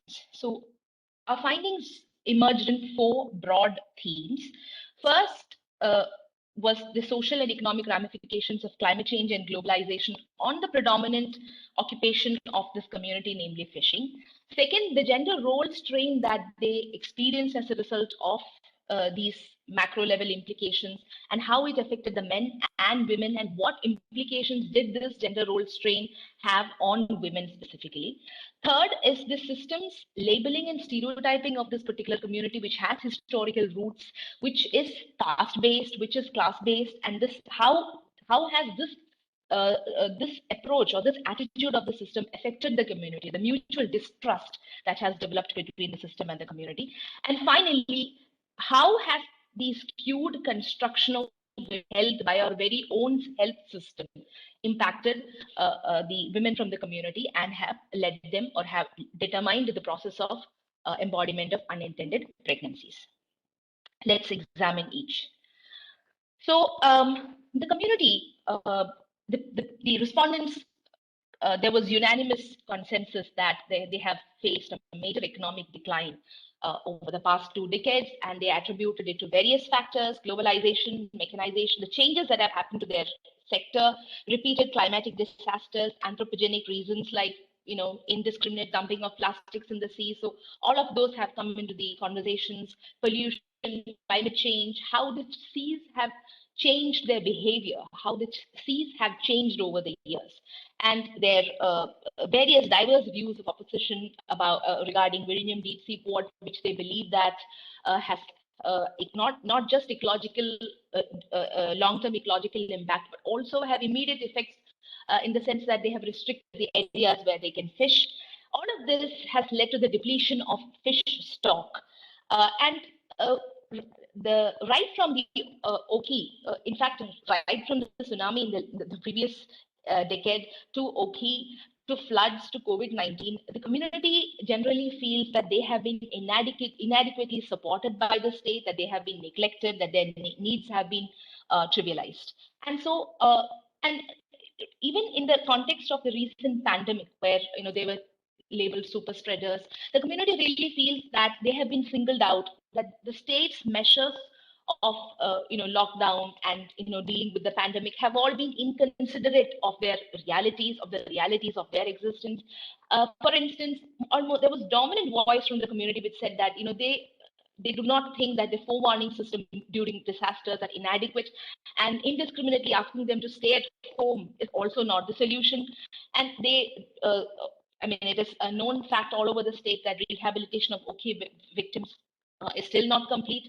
The one solution for the community over the past several decades have been the Gulf Dream, but the pandemic has sort of brought a halt to that too. So clearly, the families are facing in financial distress, and there has been a decline in the standard of living at this point. At the point where we conducted the study, that was their main concern, that they were facing severe financial distress. So this, I just put this quote just to reflect, just to indicate the general idea among the respondents, that they're facing a decline in their social life, in their economic life, in the quality of their life, in the food they eat, in the general standard of living. They are, and depletion of fish stock is not just the deterioration of a sector. It's also, fish is very closely related to their everyday living, and so depletion of fish stock, not having enough fish to eat, to sell, it's a disaster. So there are ramifications for this decline. It is the panchayat that we had chosen is already one of the most densely populated panchayats in the state, and so physical distancing is a joke. I mean, asking them to follow physical distancing is a joke, really. And they have had repeated episodes of waterborne diseases of cholera and diarrheal diseases in the past, because in the last decade, because of several episodes, in fact, due to sanitation and consequent water contamination, they're experiencing a change in the quantity and quality of diet. Fish is depleting. They have hardly any to sell, so then they have reduced their fish consumption. They are not replacing adequate protein. The diet is deficient in protein, and they are trying to, because rice is easily available, and they are having carbohydrate heavy diet, and they obviously consider that the vegetables that come from the neighboring state are contaminated.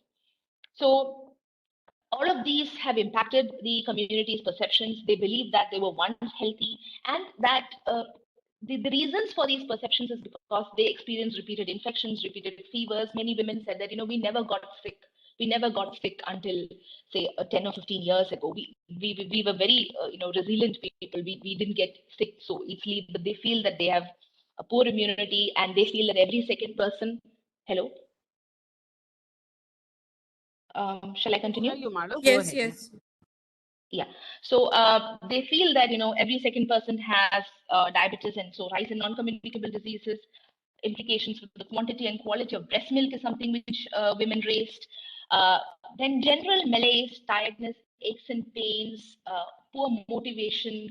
So all of these symptoms all of these experiences were also shared by the women, and there was like a dominant voice among men, women, and some of the institutional respondents that cancers are also on the rise in the community, and they attribute it to the general decline in health, which they feel is a consequence of the decline in their economic status. Despite continuing financial status, there is rise of consumerism. The activists, social workers do believe that there is an unhealthy competition in terms of the construction of houses, purchase of household amenities, and having lavish weddings. And there are lots of credit options which are available to them. Many social workers have pointed out that they have been sort of reduced to microfinancing options, and women consider them as an easy resort to access money. And because of bad debt, there have been a lot of foreclosures of business enterprises that they have seen, loss of houses, collapse of Al-Qutam units, sleeplessness, stress, elopements, mental, physical health implications, and many are trapped in a bottomless pit of bad credit options. Now, this has led to considerable gender role strain, and the financial distress and the decline in standard of living have forced, especially over the past decade, they feel that boys are forced to drop out of school and join workforce in a failing fishing sector. So naturally, only few find work there. Several others migrate to Gulf. And because men perceive themselves as inadequate providers, that is considered a failure, this gender role strain is consistent with masculinity. There is a tremendous rise in risk behaviors. There is easy access to alcohol and drugs. So much so that women now feel that there needs to be some kind of an organized activity against, the alcohol use in the community and the easy access of all kinds of, abusive substances. Then, of course, because many of them are a significant proportion of men in the community, prior, at least until this pandemic, have been migrants. They have been migrating to Middle East. This has also contributed to the deterioration of health, lots of unhealthy dietary practices, poor working and living conditions, all of which have impact on the physical and mental health. And another thing which emerged as a prominent theme from the conversations is that in young families, in new families, there is a clear disparity in the education level between young men and women, with women being more educated, graduates and postgraduates. And this also has implications for, family life in terms of conflicts. Let's discuss that in the next slide. Now, there have been, one of the silver lines has been the advancement in women's education. As I said, education is quite, common among women, at least these women we spoke to and the women we interacted with. However, despite the advancements in women's education, women continue to study after marriage, but there has been a trend of lowering of age of marriage and first pregnancy. And many have attributed it to rise in consumerism, that, getting your daughter married off in the most lavish way has become some kind of a status symbol. And women generally said that they have been experiencing a shrinking of spaces to talk, to share, to laugh, that beaches have all shrunk, and whatever little beaches are available are all taken over by men. They play ball or they sit and chat. And so a very important outlet for women of the community was, gathering in the evenings in the beaches and, having a conversation, which was a major outlet for them, which is no longer happening.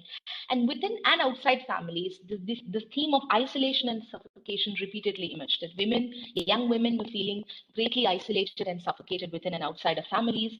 And there was a significant rise. I mean, this was rampantly reported that violence, intimate partner violence, marital rapes were on the rise, not just in association with the pandemic, but that they have been consistently on the rise over the past couple of decades. But of course, the pandemic really brought out the worst. And that because of repeated conflicts and lack of intimacy in families, women generally felt alone. They felt that they were left alone. And this also had implications for their sexual lives. Women mostly did come out and say that they did not have any say over whether they wanted to have sex or not, when to have sex, and they treated sex more like a job or a responsibility. And most of them found it very uncomfortable and unpleasant experiences. They were forced, they had to, and they felt that when family problems increased and when money crunch worsened, men behaved they sort of took it out on women. And so they were forced during menstruation, sickness. So there were a lot of experiences of unpleasantness and violence around sex. So naturally, women they found mobile phones and social media very liberating. They are finding that an outlet. However, older women and several community gatekeepers and even institutional representatives perceived that mobile phones were the reason why the society is now declining, and that these were distractions for married women and were detrimental to peaceful family existence. So young women, some of them did try to negotiate sexual agency, but conflicts and violence were rampant amongst women who tried to negotiate sexual agency within families. And women who found that space to negotiate that agency within families were deemed as lucky. That that means those who were majority did not find that kind of space. And so a comfortable or decent scenario in the community was a young woman who married a man who could teach him about her body, about physiology, about menstruation, and how to avoid pregnancies. And however, this was rare. So generally, they did report poor decision-making power about whether to use a contraceptive, what contraceptive to use, whether to get pregnant or not, when to get pregnant, the spacing between pregnancies, number of children, whether to use sterilization or not. They did not have any say. These just happened. All of it just happened to them. So, and on the other hand, financial stress enhanced accountability among women to run the households. They were now taking a much greater load. This was probably always the scenario. The participants responded that they felt that over the past 1 decade, they felt that women were bearing greater load of running families. They were overworked, and education of children, healthcare, building houses, daughters' weddings were increasingly becoming responsibility of to find that additional resource was becoming increasingly becoming the responsibility of women. Savings and loans were the option, and so any catastrophic event that really did take on the woman's life. So family size in that sense had a direct bearing on the woman's quality of life. However, the woman herself had no control over the family size. So it looked like all the odds were stacked against the women. This comment, this narrative I put because it's sort of like how they saw me or the men from their community. So a man is like the sea itself. He gets cold and hot. When he's hot, he's burning, and when he's cold, he's freezing, and there is no control. They have no option. They just have to, live with it. So now you cannot talk about this community without talking about Catholic Church, which is a powerful establishment, and it is quite known that they have what is their stance on birth control. They consider it against the natural law, and that it should not be a non-marital act, and it is only meant for procreation. The truth is, the community members did not, at least the ones that we responded to across all three groups of participants, did not really agree with this viewpoint, but they needed the church because state was not, or the government or state institutions were not entities that they could trust, that they could rely on. So in emergency situations, they greatly relied on church, and the community was dependent on church on various accounts, including during the pandemic when the state had sort of left them alone and said, take care of yourself, you're super spreaders. So they are dependent on the church. So premarital sources, in the absence of other sources of information, premarital classes of church is a very important source of information, which advocates abstinence during unsafe periods to avoid pregnancy and withdrawal as the best contraceptive measures, and considered induced. This was a part of the content that was taught, that induced abortions are sin and that man has no right to kill what is God given. Now, another important theme which emerged was this great, objection against uncontrolled female sexuality, as though it has been identified as a major social problem by many of the respondents, that men are men anyway, but now women too have lost all sense of morality, and that exposure to social media were corrupting young women, and that led to premarital sex, and that increased need for contraception and increased need for abortion, and even studies like ours were stemming from the fact that women are now becoming more uncontrolled in terms of and immoral, and that it is because women should bring the dread that women will elope and bring shame to the families is what is forcing them to marry off their girls early. So many of the respondents recommended that we have to counsel women from young women, and especially women from adolescent ages, so that they would use their bodies wisely, so that they would become better mothers in the future. A very important theme that emerged during our conversation was the way the system, the institutions of the state, not just the health system, but also the local self-governments, and the ICDS, and even to an extent Kudumbashree,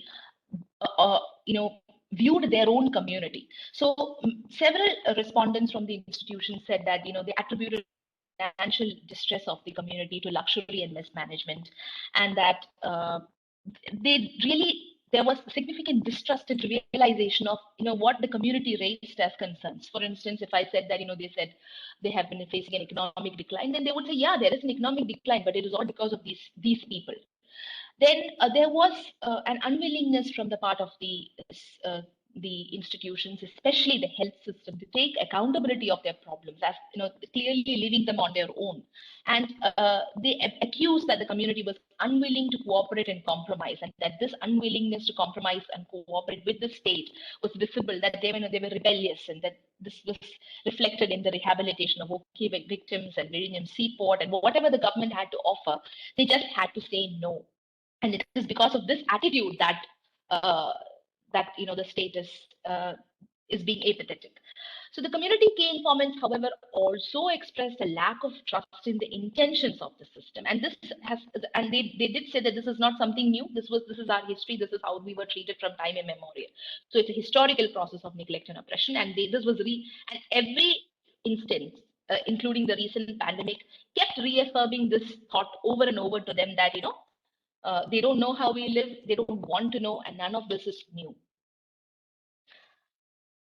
Health system, particularly the conversations with the health system, were really revealing because there was significant undermining and trivialization of women's needs. For instance, a very clear need that women raised was the need for privacy during healthcare, especially during their OP visits. And the health professionals, the healthcare workers, even from the district level, were totally, they sort of disregarded and they dismissed these demands, and they said that women in this area are shameless and that this was not a need. And so there was significant labeling and attribution of larger family sizes in this community are slightly larger than the rest of Kerala, and they attributed the largest family sizes to women. Then health workers even said that sometimes to guide them to the right path, they had to even use their faith to bring them to the right track. So here, when you talk about bringing women to line, the context is a woman who had already had 2 children, and the second child very close with less spacing. The second child was sick, so she had gotten a copper placed and it failed, and she got pregnant again. And the second child was sick and she was not sleeping and eating. It's a large family. She was in great distress. So she had requested repeatedly, like for 3 months, she kept coming to the facility almost every week, requesting them for abortion. And in order to prevent, or in order to, in order to motivate her to keep the baby, they had used their faith. So this was the context of that conversation. So basically, the health system did not seem to understand the community, their history, context, or their vulnerability. So these are some of the other narratives from the conversations with the health system.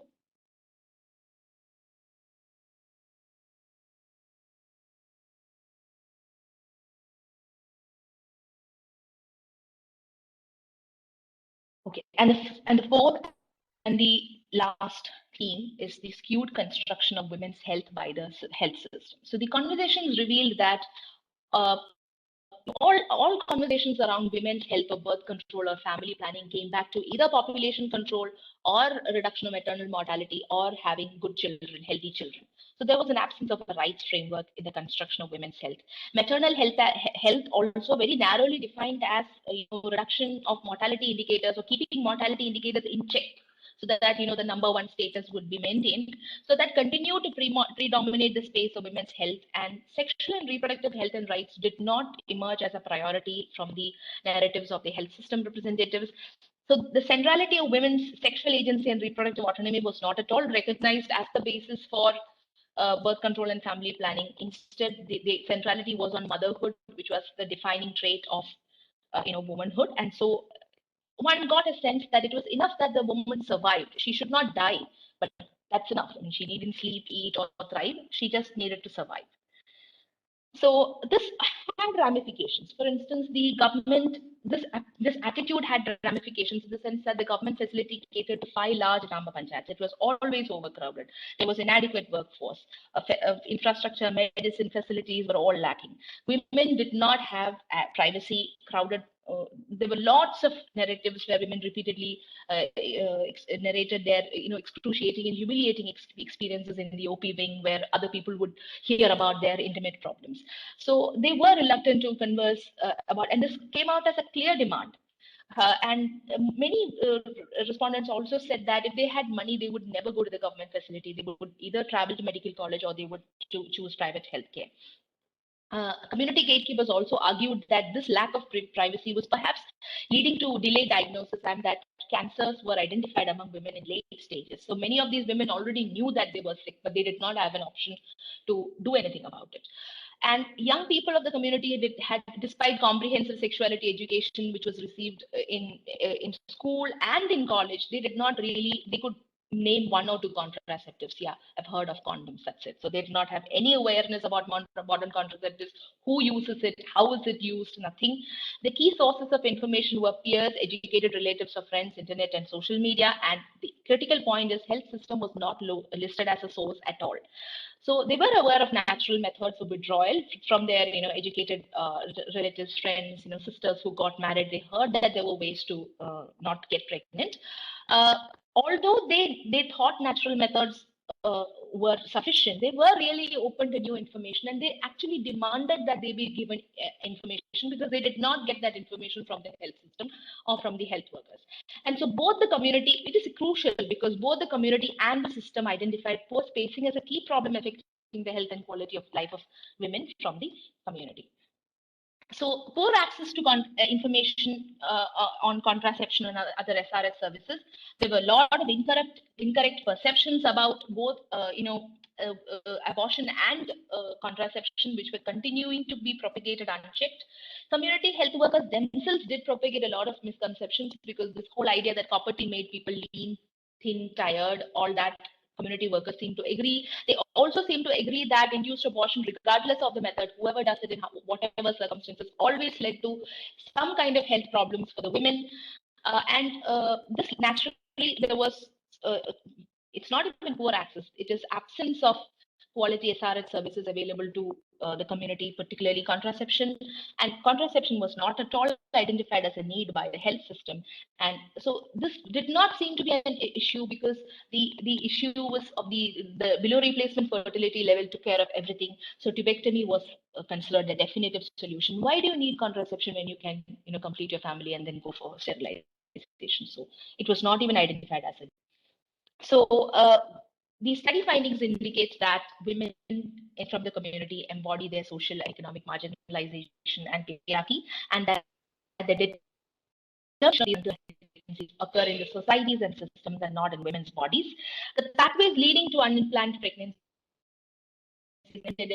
were found to be macro to micro, starting with social and economic deprivation, added to it by social trauma of neglect, apathy, and discrimination from the system, which led to there was a mutual distrust between the system and the community. This affected both the generation and utilization of services.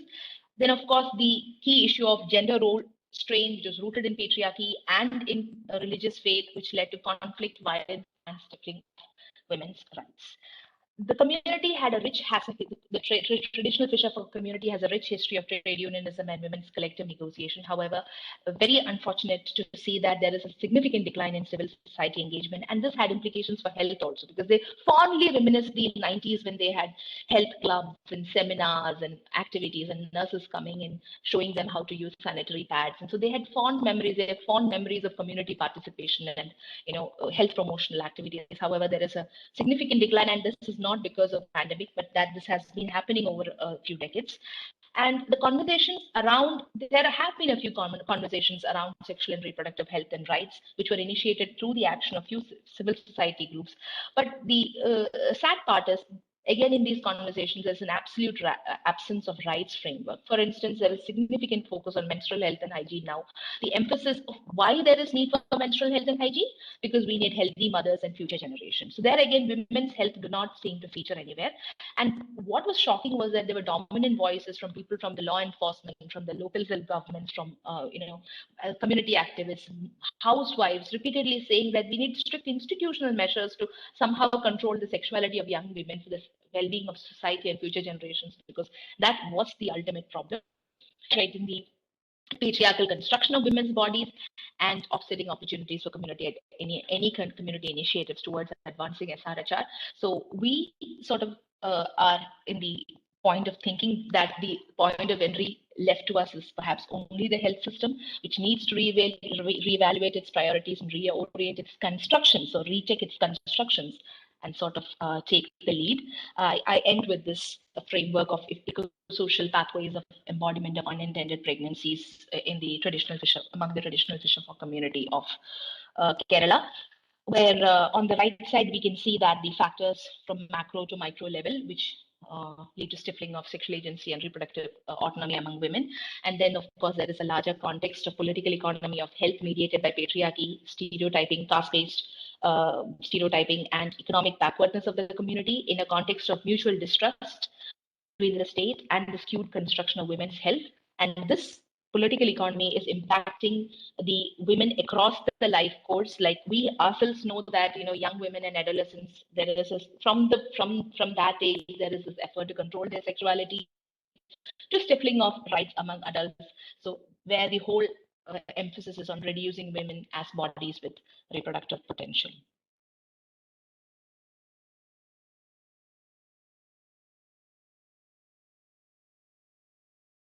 Thank you. Thank you, Souvik and Malu, for that very, very detailed and interesting presentation and very rich presentation on the socio-ecological pathways leading to unintended pregnancies and other sexual reproductive health outcomes in the very specific fisher folk community. Are there any clarificatory questions for Souvik and Malu at this stage before we open this out to a larger discussion? Any specific questions on this last presentation?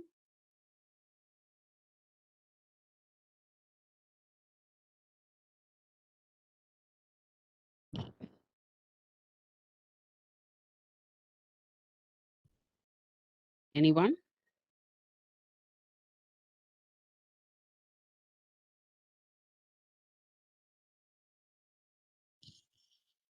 Okay, so we have had three very, very rich presentations since the morning. Devika and Anamika looked at how gender has been conceptualized as a development category. They used the framework of resilience and how gender has been conceptualized and used as an instrument of absorptive and adaptive resilience, and then left us with the question of, while it has led to probably increased social participation, some amount of economic empowerment, what has that actually meant in terms of transformative resilience? We talk about gender transformation, transformational politics. Where has that left us? Shilpa started off earlier in the day with her focus on the transgender community, and how actually in the larger, I'm placing this within the larger development discourse in Kerala, and how trans women have again been seen as another development category, somewhat similar to but parallel to cis women, and the whole Kochi Metro experience that she narrated also shows how there has been a very instrumental use. Again, I'm using instrumental and use very, very kind of purposively here, and instrumental use of both cis women and trans women, in the whole development paradigm. And in the larger context of a growing economy that's largely now informal and also feminized. And then the whole issue of sexuality itself, how while trans women are now, therefore then seen as are afforded the recognition as gendered beings, their sexuality is not recognized at all or acknowledged at all. And that brings us to the question of, it's not just trans women. The sexuality of cis women is also not recognized or, addressed anywhere in the development discourse, which then ties up to the third presentation by Souvik and Malu, on how in a particular marginalized community, the embodiment of marginalization and the different forms of marginalization and vulnerabilities, the socioeconomic, ecological vulnerabilities due to climate change, how they've been embodied and the consequences they have on women's lives, and specifically on their sexual reproductive health. And how here too sexuality is viewed as something that needs to be controlled under the larger patriarchal values. And then Malu also brought out the role of the health system in all of this, and if you look at the health system as an arm of the state, and how this actually while it needs to play at least a mitigating role, if not a transformational role, it actually plays a role which exacerbates these vulnerabilities and actually acts as another patriarchal force that, furthers the, the embodiment of these oppressions. So these have been very interesting and rich papers. But I want to just open out this discussion with two or three questions. So what does this, I mean, we've had a historical kind of, detailing, both from a larger kind of Kerala perspective in terms of, resilience, and from the last presentation from a more micro context of the fisher folk, of one community, one marginalized community, of what the development discourse has been historically, and what that has done actually to gender as it is operationalized and lived by the people of the state, by the citizens of the state. What does this therefore mean for the future development trajectory of the state? And especially in a context where we started off by saying that Kerala is held up as this model state, which has achieved kind of, all the gender related indicators, the traditional indicators. So what does this then therefore mean for future interventions? And how do we go forward in kind of envisioning the development trajectory of the state itself, and related to that, how does then one actually measure, because you've already achieved all those indicators that are you are supposed to achieve in terms of low maternal mortality rates, higher education, replacement level fertility, etc., etc. So then what do you measure then to actually see whether the development discourse itself has been transformational? The second thing that came up in Shilpa's presentation, also in Souvik's presentation, is about men themselves. I mean, when we talk about men, it's not just about, I mean, when we talk about gender, it's not just about women and girls, and how the changing socio-economic political context, the influences of those, what have they been on men, how again, the development paradigm includes or excludes men themselves, cis men.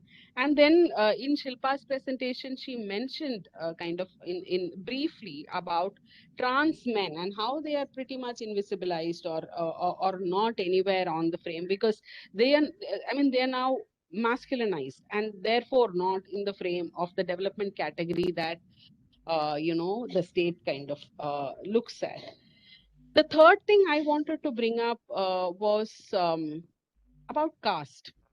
Uh, I, I mean, there were mentions of caste in each of the three presentations, but I thought it would be good to delve into it a little deeper.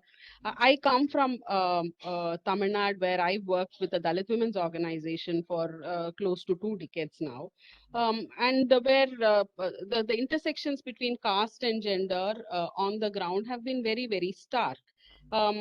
Now, Tamil Nadu has had a very strong Dalit women's movement, which has, within the larger women's movement, brought out Dalit women's voices and issues.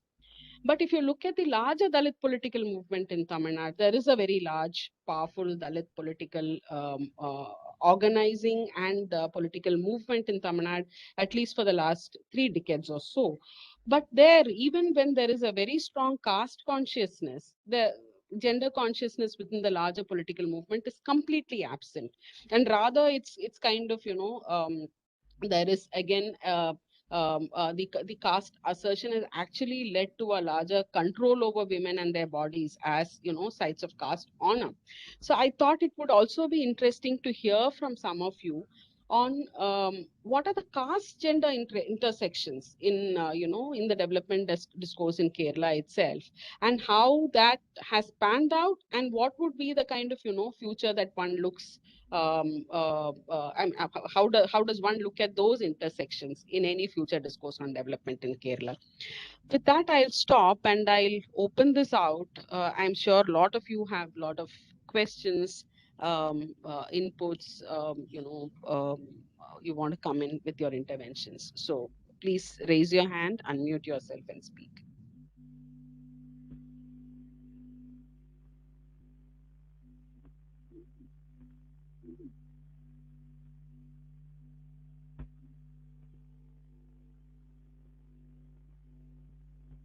Suja?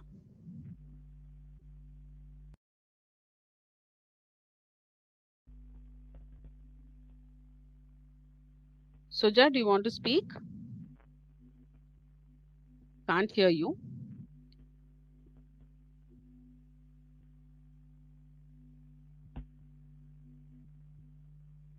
Can others hear her, or is it a problem with me? I can't hear her. She's too. not audible. Let me just send her a message. Yeah. Meanwhile, anyone else would like to speak?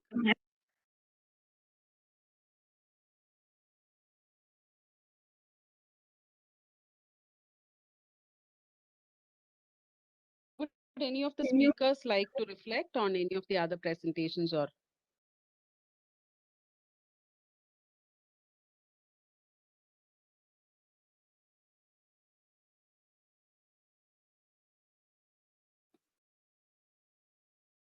Can you hear me? Yeah, can hear you now. Go ahead.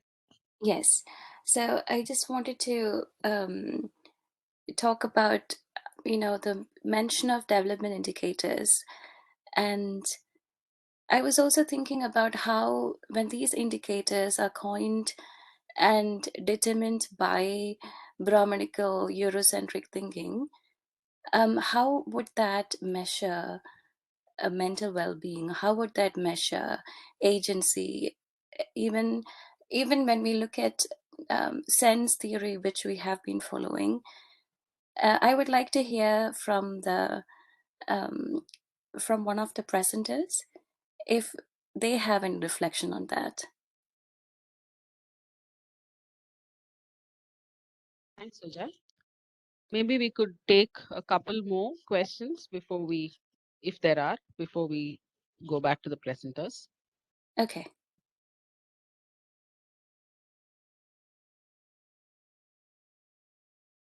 Any other questions or reflections? Okay, would any of the presenters like to respond to Suja?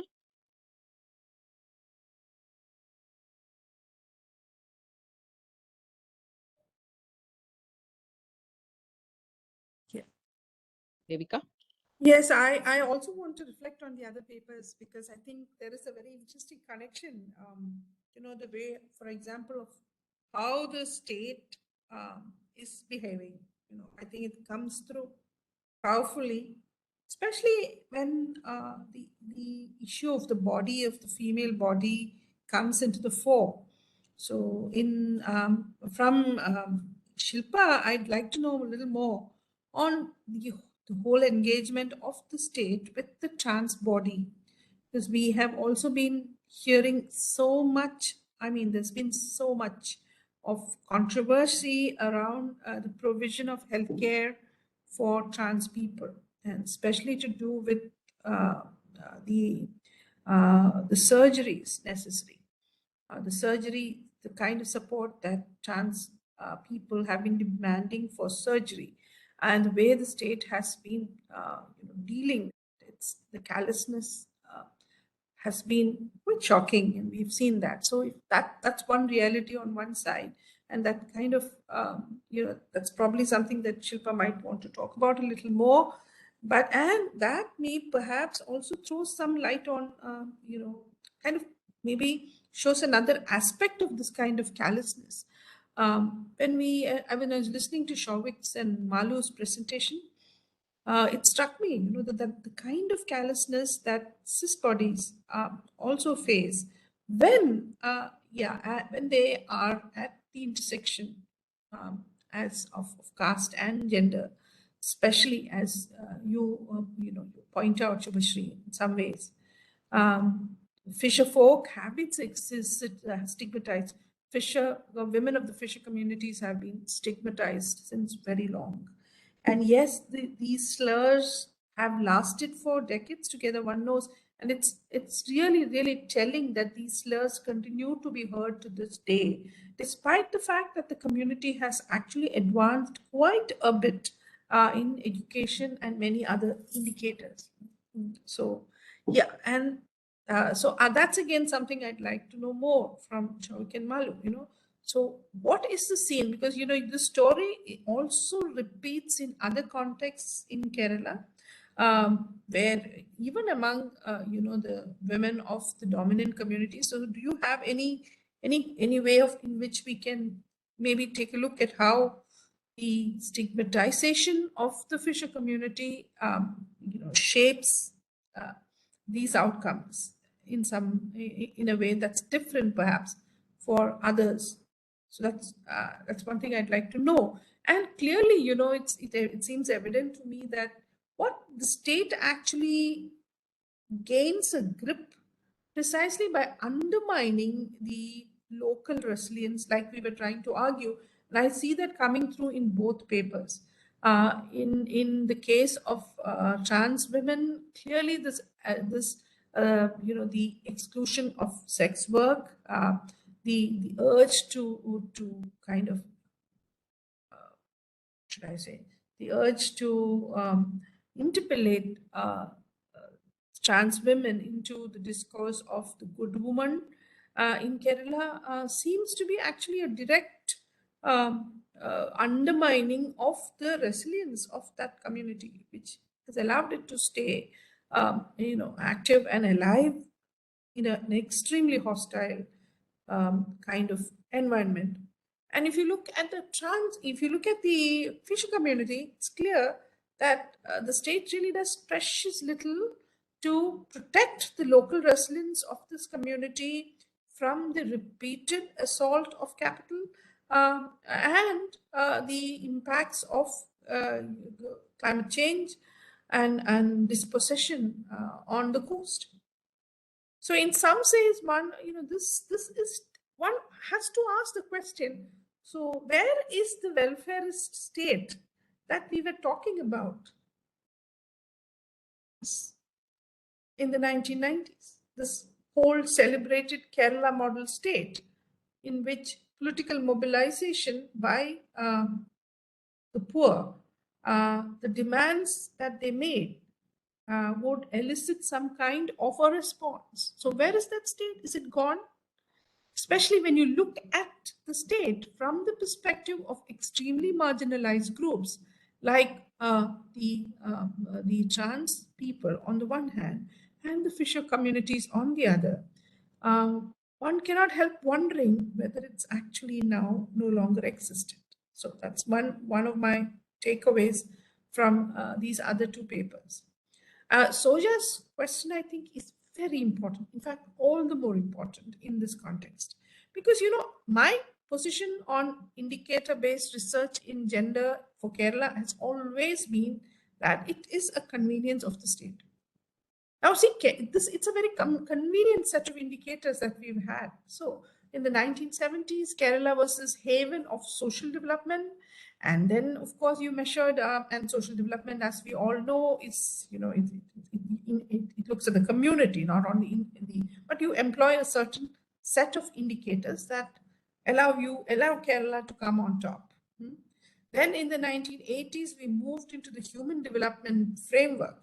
And of course, if you go by the Senian framework, maybe the unit of assessment would be the individual in human development. Clearly, sense is a kind of individualism. It's a kind of ethical individualism that he, you know, puts forth in his whole theorizing of human development. So following that strictly, we would have picked the individual as the unit of assessment, and then all these you know, all these inequalities, these layers of inequalities, these intersections of power should have surfaced.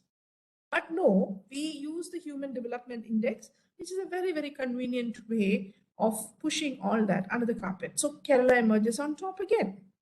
Then in the 1990s, you have participatory development, which performs something very, very similar to make sure that these intersections of power or these do not emerge in your analysis, and Kerala stays on top.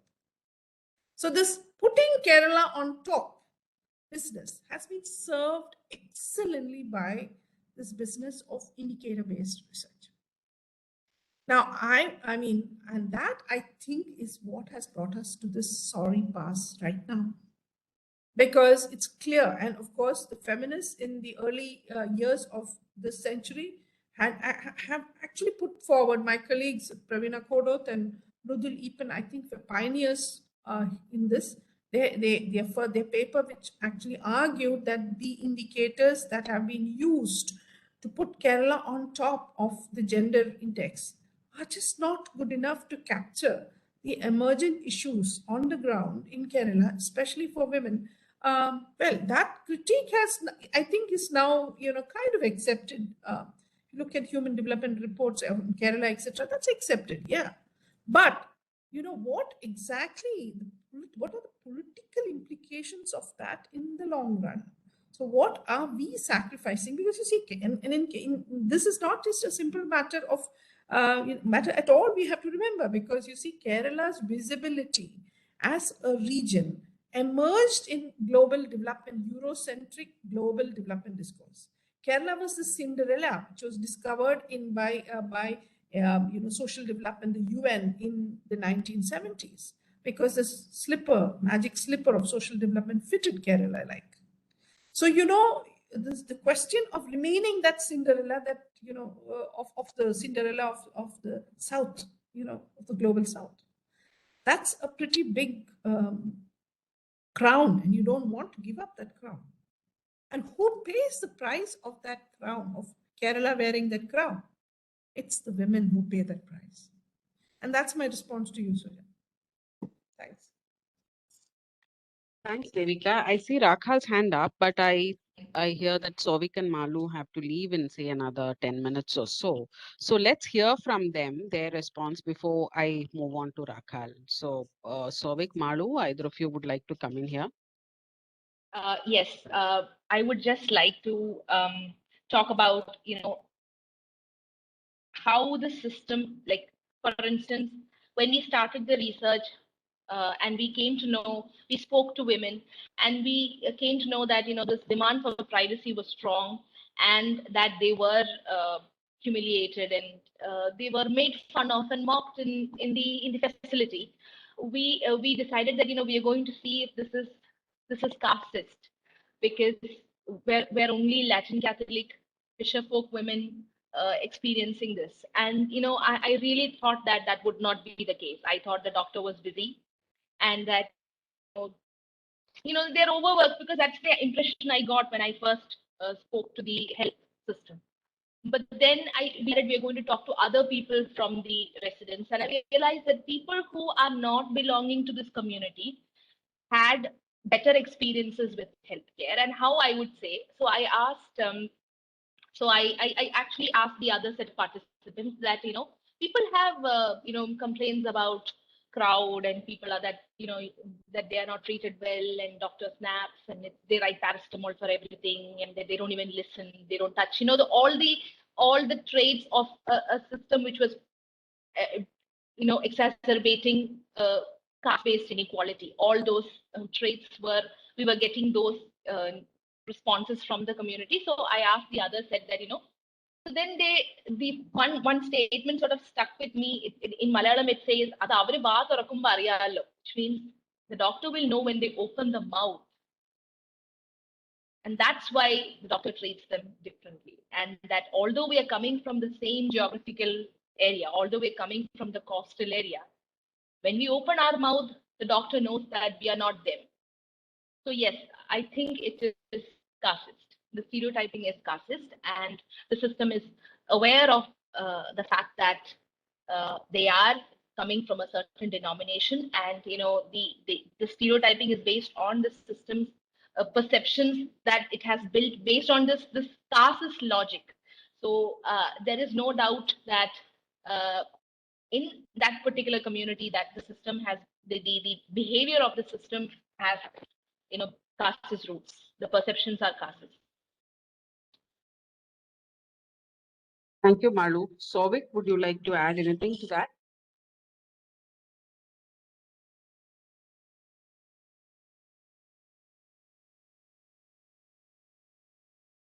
Souvik?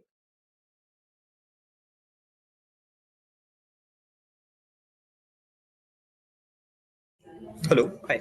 Sorry. I don't have any additional reflections. I think Malu definitely covered that, and yeah, there has been also a reflection, as I was saying, that both from the research and also anecdotes from working in the space in many other districts, also with the similar marginalized group, we have heard the same kind of stories where it has been a lot of othering, stereotyping, which has been done with the community historically. So it's both kind of a stigma, or this discrimination is both perceived, experienced, and in many cases is also internalized, which also precludes them or even thinking that that's a space they would like to approach. So these definitely are some of our observations. Ma'am, Thank you, Souvik. one point I'd like to add, ma'am, Yeah, just one go point. ahead, Malu. Go ahead. So, in addition to these intersections of caste and gender, where they consider the women from this particular denomination as shameless because they are loud and they interact in the market, and they as part of their occupation they are loud, they negotiate, and so they are shameless. But in addition to that, I think over the recent times, the state and this community has not had a very smooth relationship. There have been numerous instances of conflicts, and there is a very clear. I mean, even in the first or second visit, that there is a simmering discontent and anger among the people about the fact that their people are not rehabilitated after climatic disasters, and they have not gotten money and houses and all of that. Uh, so there is also this notion among the institutional representatives that they're troublemakers, and that is coming from the fact that they are not how do you say it? It's not just adaptive resilience, if I absorptive resilience, in the sense they are trying to they raised their voice even during the pandemic when they were treated differently. They did set up a protest demonstration, and so they sort of they're considered troublemakers. So somewhere the comments also reflect that you can't play with them too much because they don't have any boundaries. So many of them did give us advice that when you're there, please be careful. Don't say anything to irritate them. Don't say anything to. But we never had any bad experience throughout our fieldwork, and we were actually treated very well. And we have started a very prolonged engagement with the community. But the institutional representatives did try to. Even people from the ICDS, or those, they are supposed to be people belonging to the community. And somewhere they were also speaking the system language where they're saying that just be careful, area which means this place is not that good, that people might respond badly. So I think their responses over the years, the fact that they speak up for themselves is also considered. That is also a reason for the system's perceptions of this community. Thank you, Malu. Let's hear from Rakal before we go back to Shilpa and any of the other presenters who'd like to respond. Rakal and maybe Soja before we go back. Yeah, thanks very much for the opportunity, and thanks very much for the wonderful presentations. So I just wanted to sort of reflect, on the sort of many layers, that these presentations actually covered. Starting from the very, specific, issues that, for example, Malu and Souvik, raised. And I'm taking this from the health system specifically, which is, where I work, all the way up to the way in which categories like gender, or for example transgender, or even the larger development indicators are constructed at the national and then at the international level, and the way in which therefore then reciprocally many of the local institutions are then designed to sort of almost adapt to these larger discourses. And I see this sort of moving up and moving down, as it were, and the relationship between the embodiment, as it were, at the individual level, all the way up to as Soja very evocatively talked about the sort of Brahminical Eurocentric sort of development indicators. Now, one of the points I just wanted to throw open and for any reflections from the speakers or others is that where then do we really see, the node at which we can begin transformation? Because, I mean, if you start with the invocation of, for example, regional exceptionalism, the so-called Kerala model, then, what is expected is that in some way this state will be a buffer between that larger sort of, as is now called, careless neoliberal model, which sort of genders the whole caring process and outsources caring to, gendered beings, rather than, the state itself, which is then this neutral market, and then, local, as it were, issues like caste and others. And we saw the state, or at least we conceptualized the state as that, buffer that, in a way the state was the shock absorber, at least at some point. But here we find in all the three presentations that in fact the state is in a way outsourcing the shock absorbing to the communities, to the most marginalized communities. So I just thought I would sort of reflect on this and ask, what do the speakers see as, potential, ways forward? Thank you. Thank you, Rakhal. And let's also hear from Soja before we go back to the speakers. So, Soja. Hi, thank you, Subhasri. And also thank you, Devika, for answering my question, and Malu for sharing that. And it was quite interesting that Malu touched upon how these women are simultaneously defeminized, at the same time hypersexualized, in a way that their knowledge is consistently delegitimized and undermined, which makes it all the more important that you use the theories of embodied knowledge, which leans in to listen to, their experiential, spiritual knowledge, which also made me question Souvik's positionality as a cis man and the dominant position or dominant positionality of the researcher.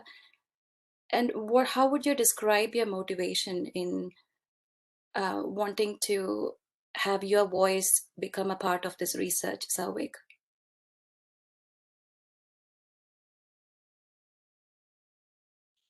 Okay, thanks, Soja, for that very interesting question. So, since Souvik and Malu had made a request that they'd like to leave early, maybe we'll hear from them and then move on to, I know Shilpa hasn't spoken yet, and Anamika and Devika after that.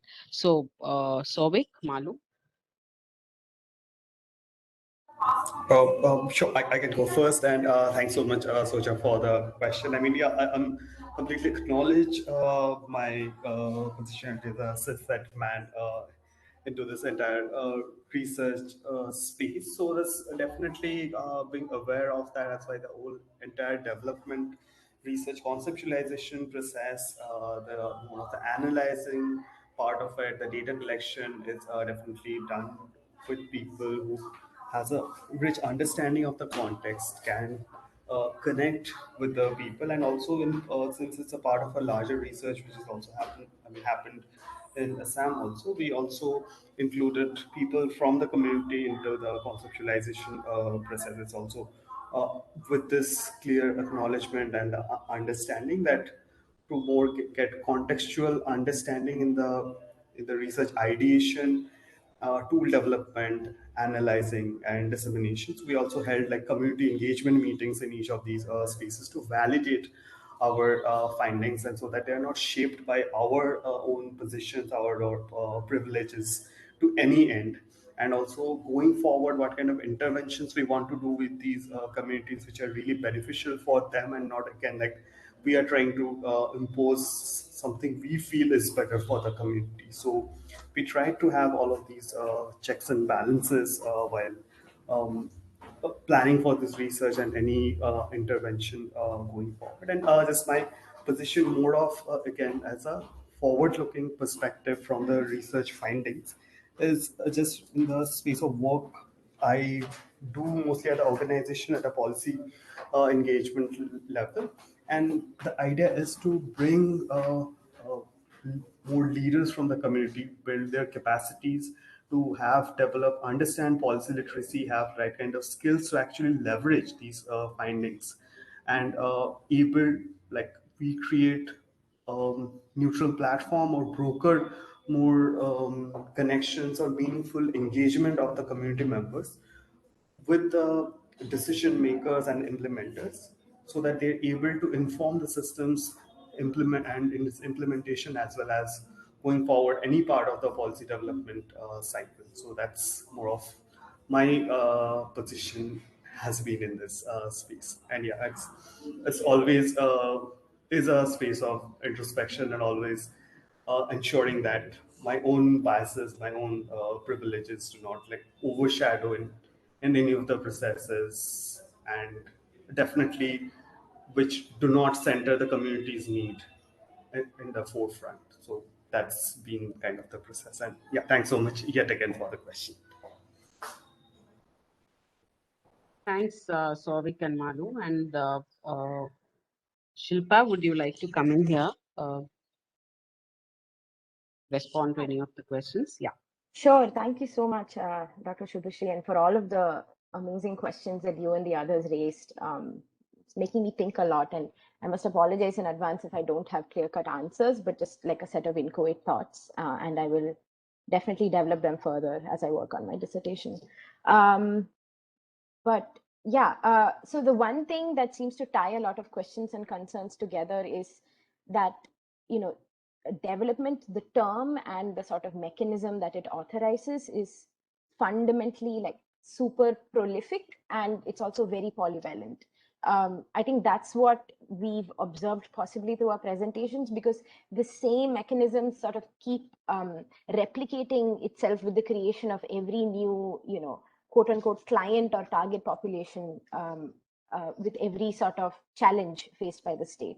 So whether it's like, you know, fisher people or transgender people, or, you know, working class Dalit Bahujan women in panchayats, the same sort of systems seem to repeat themselves, and the same kind of issues seem to turn up at every juncture. So I think what that shows is this self-proliferating nature of the welfare system. And even in the case of, you know, the recognition of trans people, there are any number of, you know, agencies apparently catering to trans people's needs.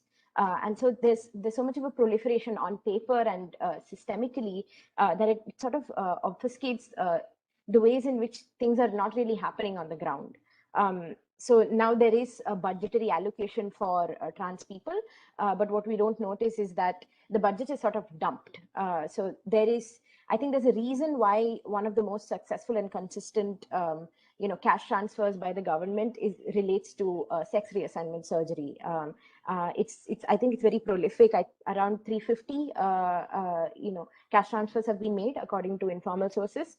And as Dr. Devika mentioned, that whole system of, you know, the government or the state capital nexus in promoting trans healthcare through very limited means like sex reassignment surgery is what has come under crisis now with, you know, with the death, the apparent suicide of trans woman Ananya, and the sort of egregious violations that her death has brought to light on the part of private hospitals, which regularly receive these cash transfers that the government provides. And the government gives it to individual beneficiaries who then use the money to pay off or to supplement the amount they spent for surgery. But the problem is this is again a cash dump. There is no regulation of how the cash is provided. And here I mean community-centric regulation, not state-centric regulation that simply reinscribes state violence.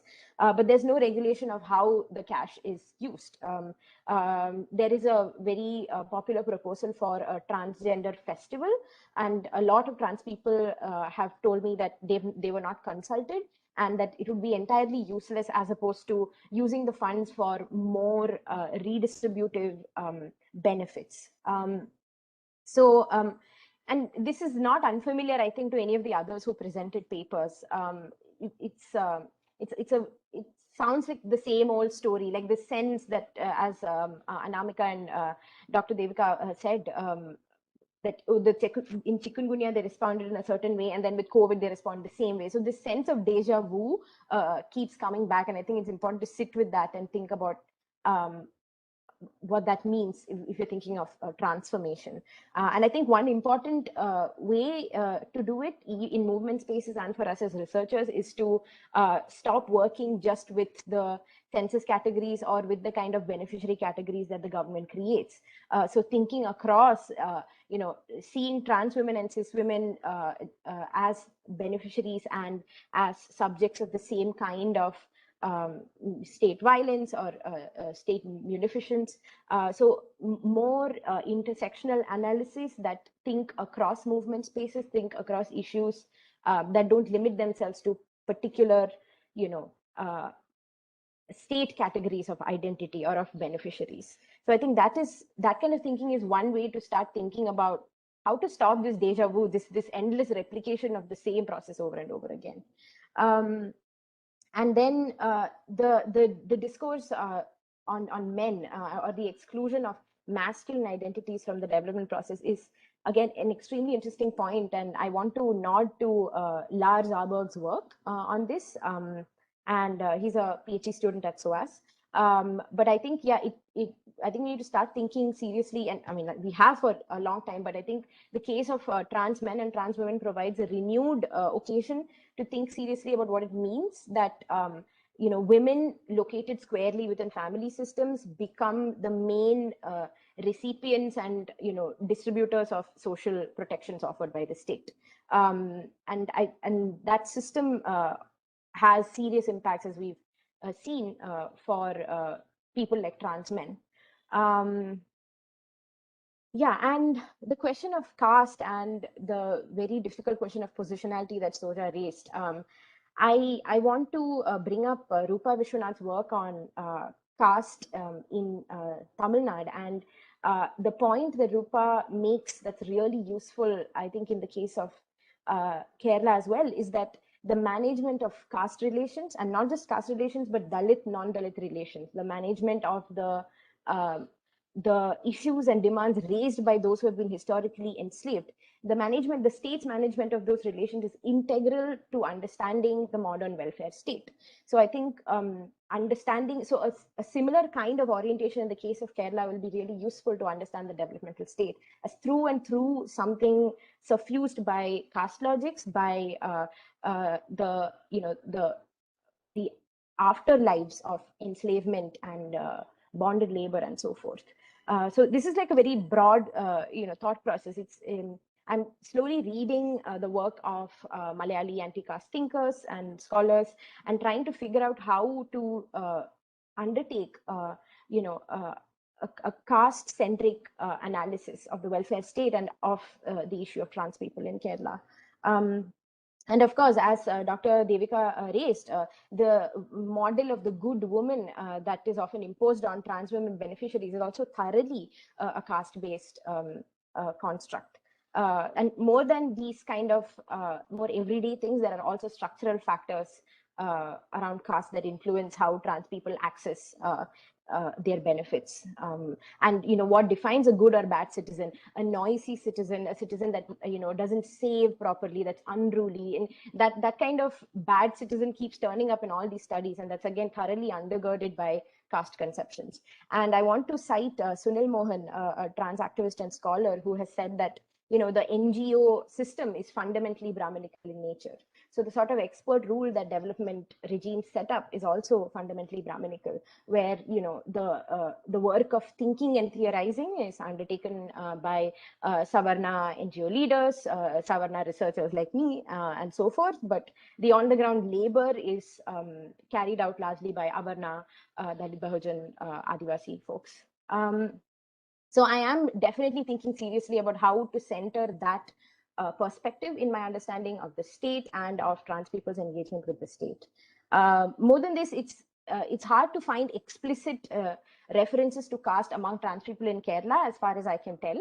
Because, for example, in Tamil Nadu, there's a lot of robust conversation around caste and trans identity that revolves around, the Tirunangai Hijra kinship systems.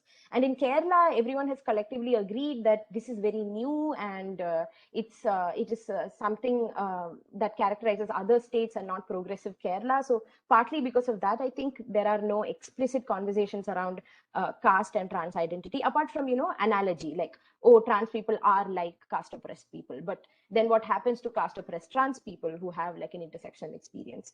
So I'm really trying to understand more from activists on the ground, folks who truly talk and act in intersectional politics, and see, Dalit and transgender issues in the same frame.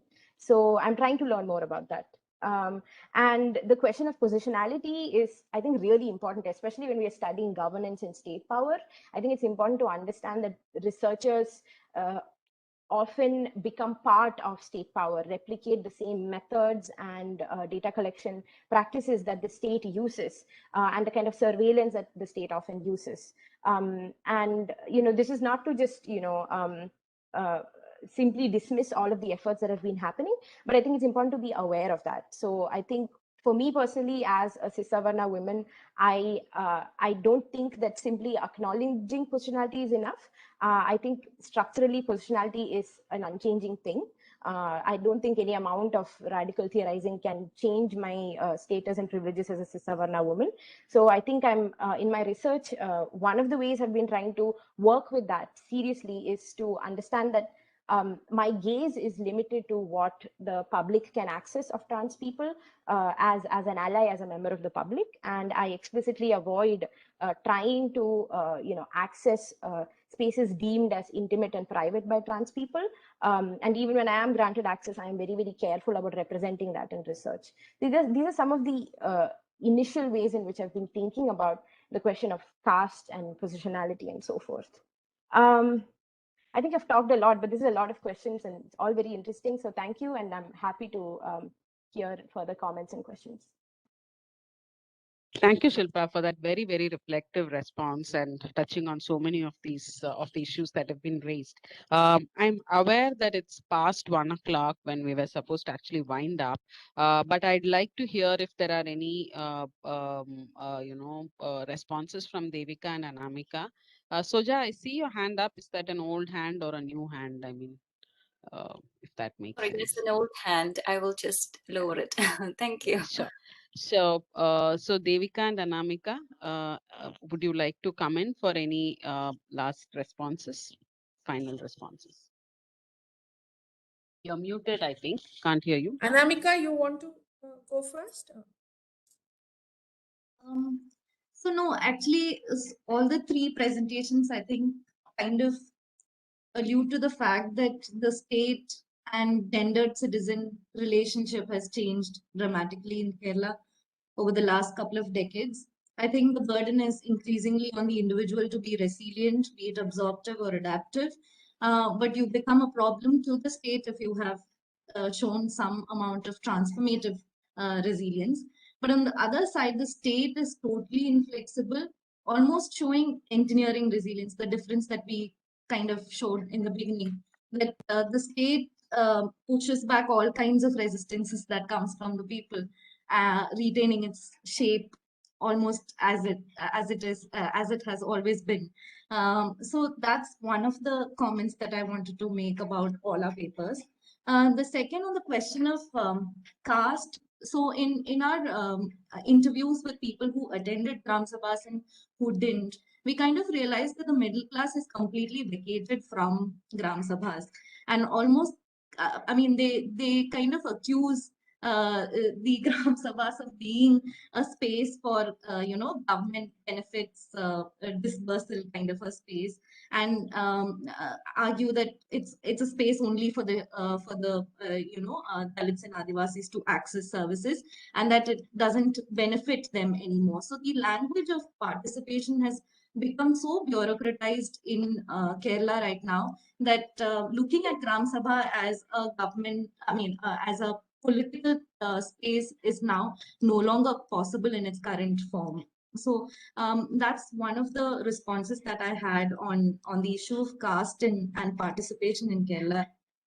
Now, and on the question of I think Soja's question on positionality, I think for us to kind of interview women women who were from rural and urban areas, from even disadvantaged communities, I think my own position as you know, a privileged woman in the community, I think it was important for me to recognize that much of the privileges, I mean, much of the benefits that I enjoy today has come from the resilience that Dalit women and Adivasi women have shown in their struggle against the state. So be it the widening of the state protection for women's rights in Kerala, much of it has come from the Dalit and Adivasi movement. So I think, like, you know, even not just as a witness of the changes, I'm also I also recognize that I'm a direct and an indirect beneficiary of their you know, feminist activism. So that was so I realized that it was important to acknowledge that rather than go in as a researcher, like Shilpa said, as an outsider of the whole thing and kind of witness the change. I realized that I was a beneficiary of much of their, you know, everyday resilience and rebellions that they had demonstrated over the years. Thanks, Anamika. Devika, would you like to comment? I just want to speak a lot, and I think I've kind of answered quite a few of the questions and my thoughts. I've shared quite a few of my thoughts. But just to emphasize, you know, in response to Soja's question on positionality, I think this in my career, I think we have constantly been, I think a lot of us in my generation were confronted by the fact that the indicator-based research that can be quantified, that looks so attractive to the press, it makes it so easy to, you know, characterize women's lived lives, has to be rejected. And I think that has to be rejected or revised. And even in the revision, we need to be acutely aware of its limitations, of the manner in which it ties up with Eurocentric agendas. This, I think, was an insight that my generation of researchers kind of hit upon, you know. Unlike your generation, I think, who are far more convinced of it right at the outset. For us, I think we had to discover it bit by bit. And I think that's one reason why we now insist on different kinds of methods. So mixed method research, which is intensely self-reflexive, I think is what many of us have moved towards, rather than just the indicator-based, you know, collecting quantifiable data with an army of research assistants. And then, you know, many of us have preferred to go to the field on our own and let ourselves be changed by the experience. So very often one lives in a caste and class privilege to the extent that one doesn't know how it operates on your own bodies, for example. So I mean, over these decades, I think field visits have kind of even, you know, stripped your body bare of, you know, this kind of shown you how even in the way you carry your bodies, caste power can well in here, and how that plays out in these contexts. So I think this is, you know, the change in the way you approach the field, the way you, you know, you move from research subjects to research participants, the way you insert your narrative, your story into the research process, and you know, and also watch it change in time and accept those changes, reflect on those changes, fold it back into your own understanding of society, become a different person as research, not only as a researcher, but as actually a citizen, a public citizen, a private person.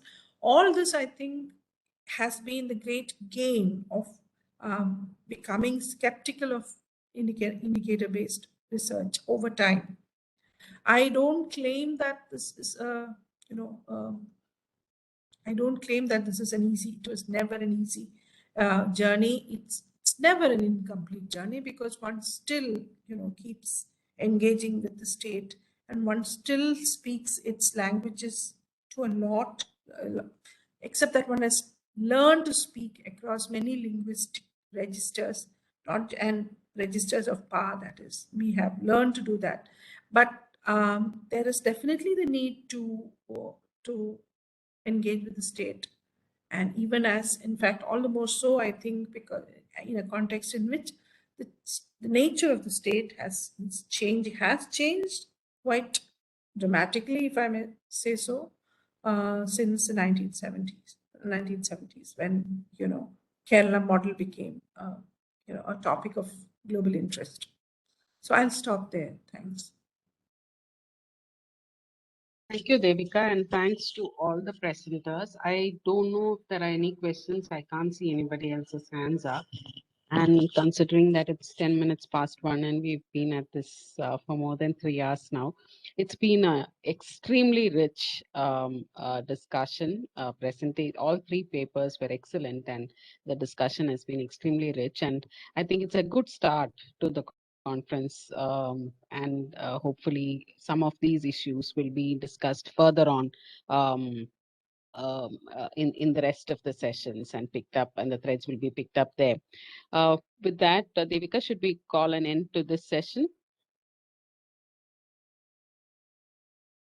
I think you're muted. Yes. No, thank you, Subhasri. I mean, your chairing has been so generous, so participatory. I think all of us would like to thank you.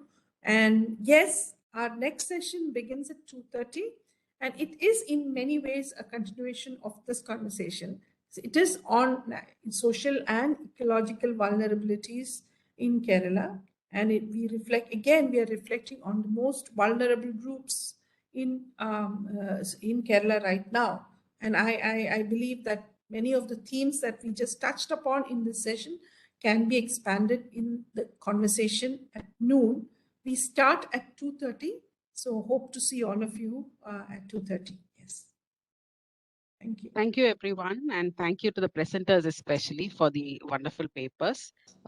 See you all at 2:30. Bye. Great. Thank you.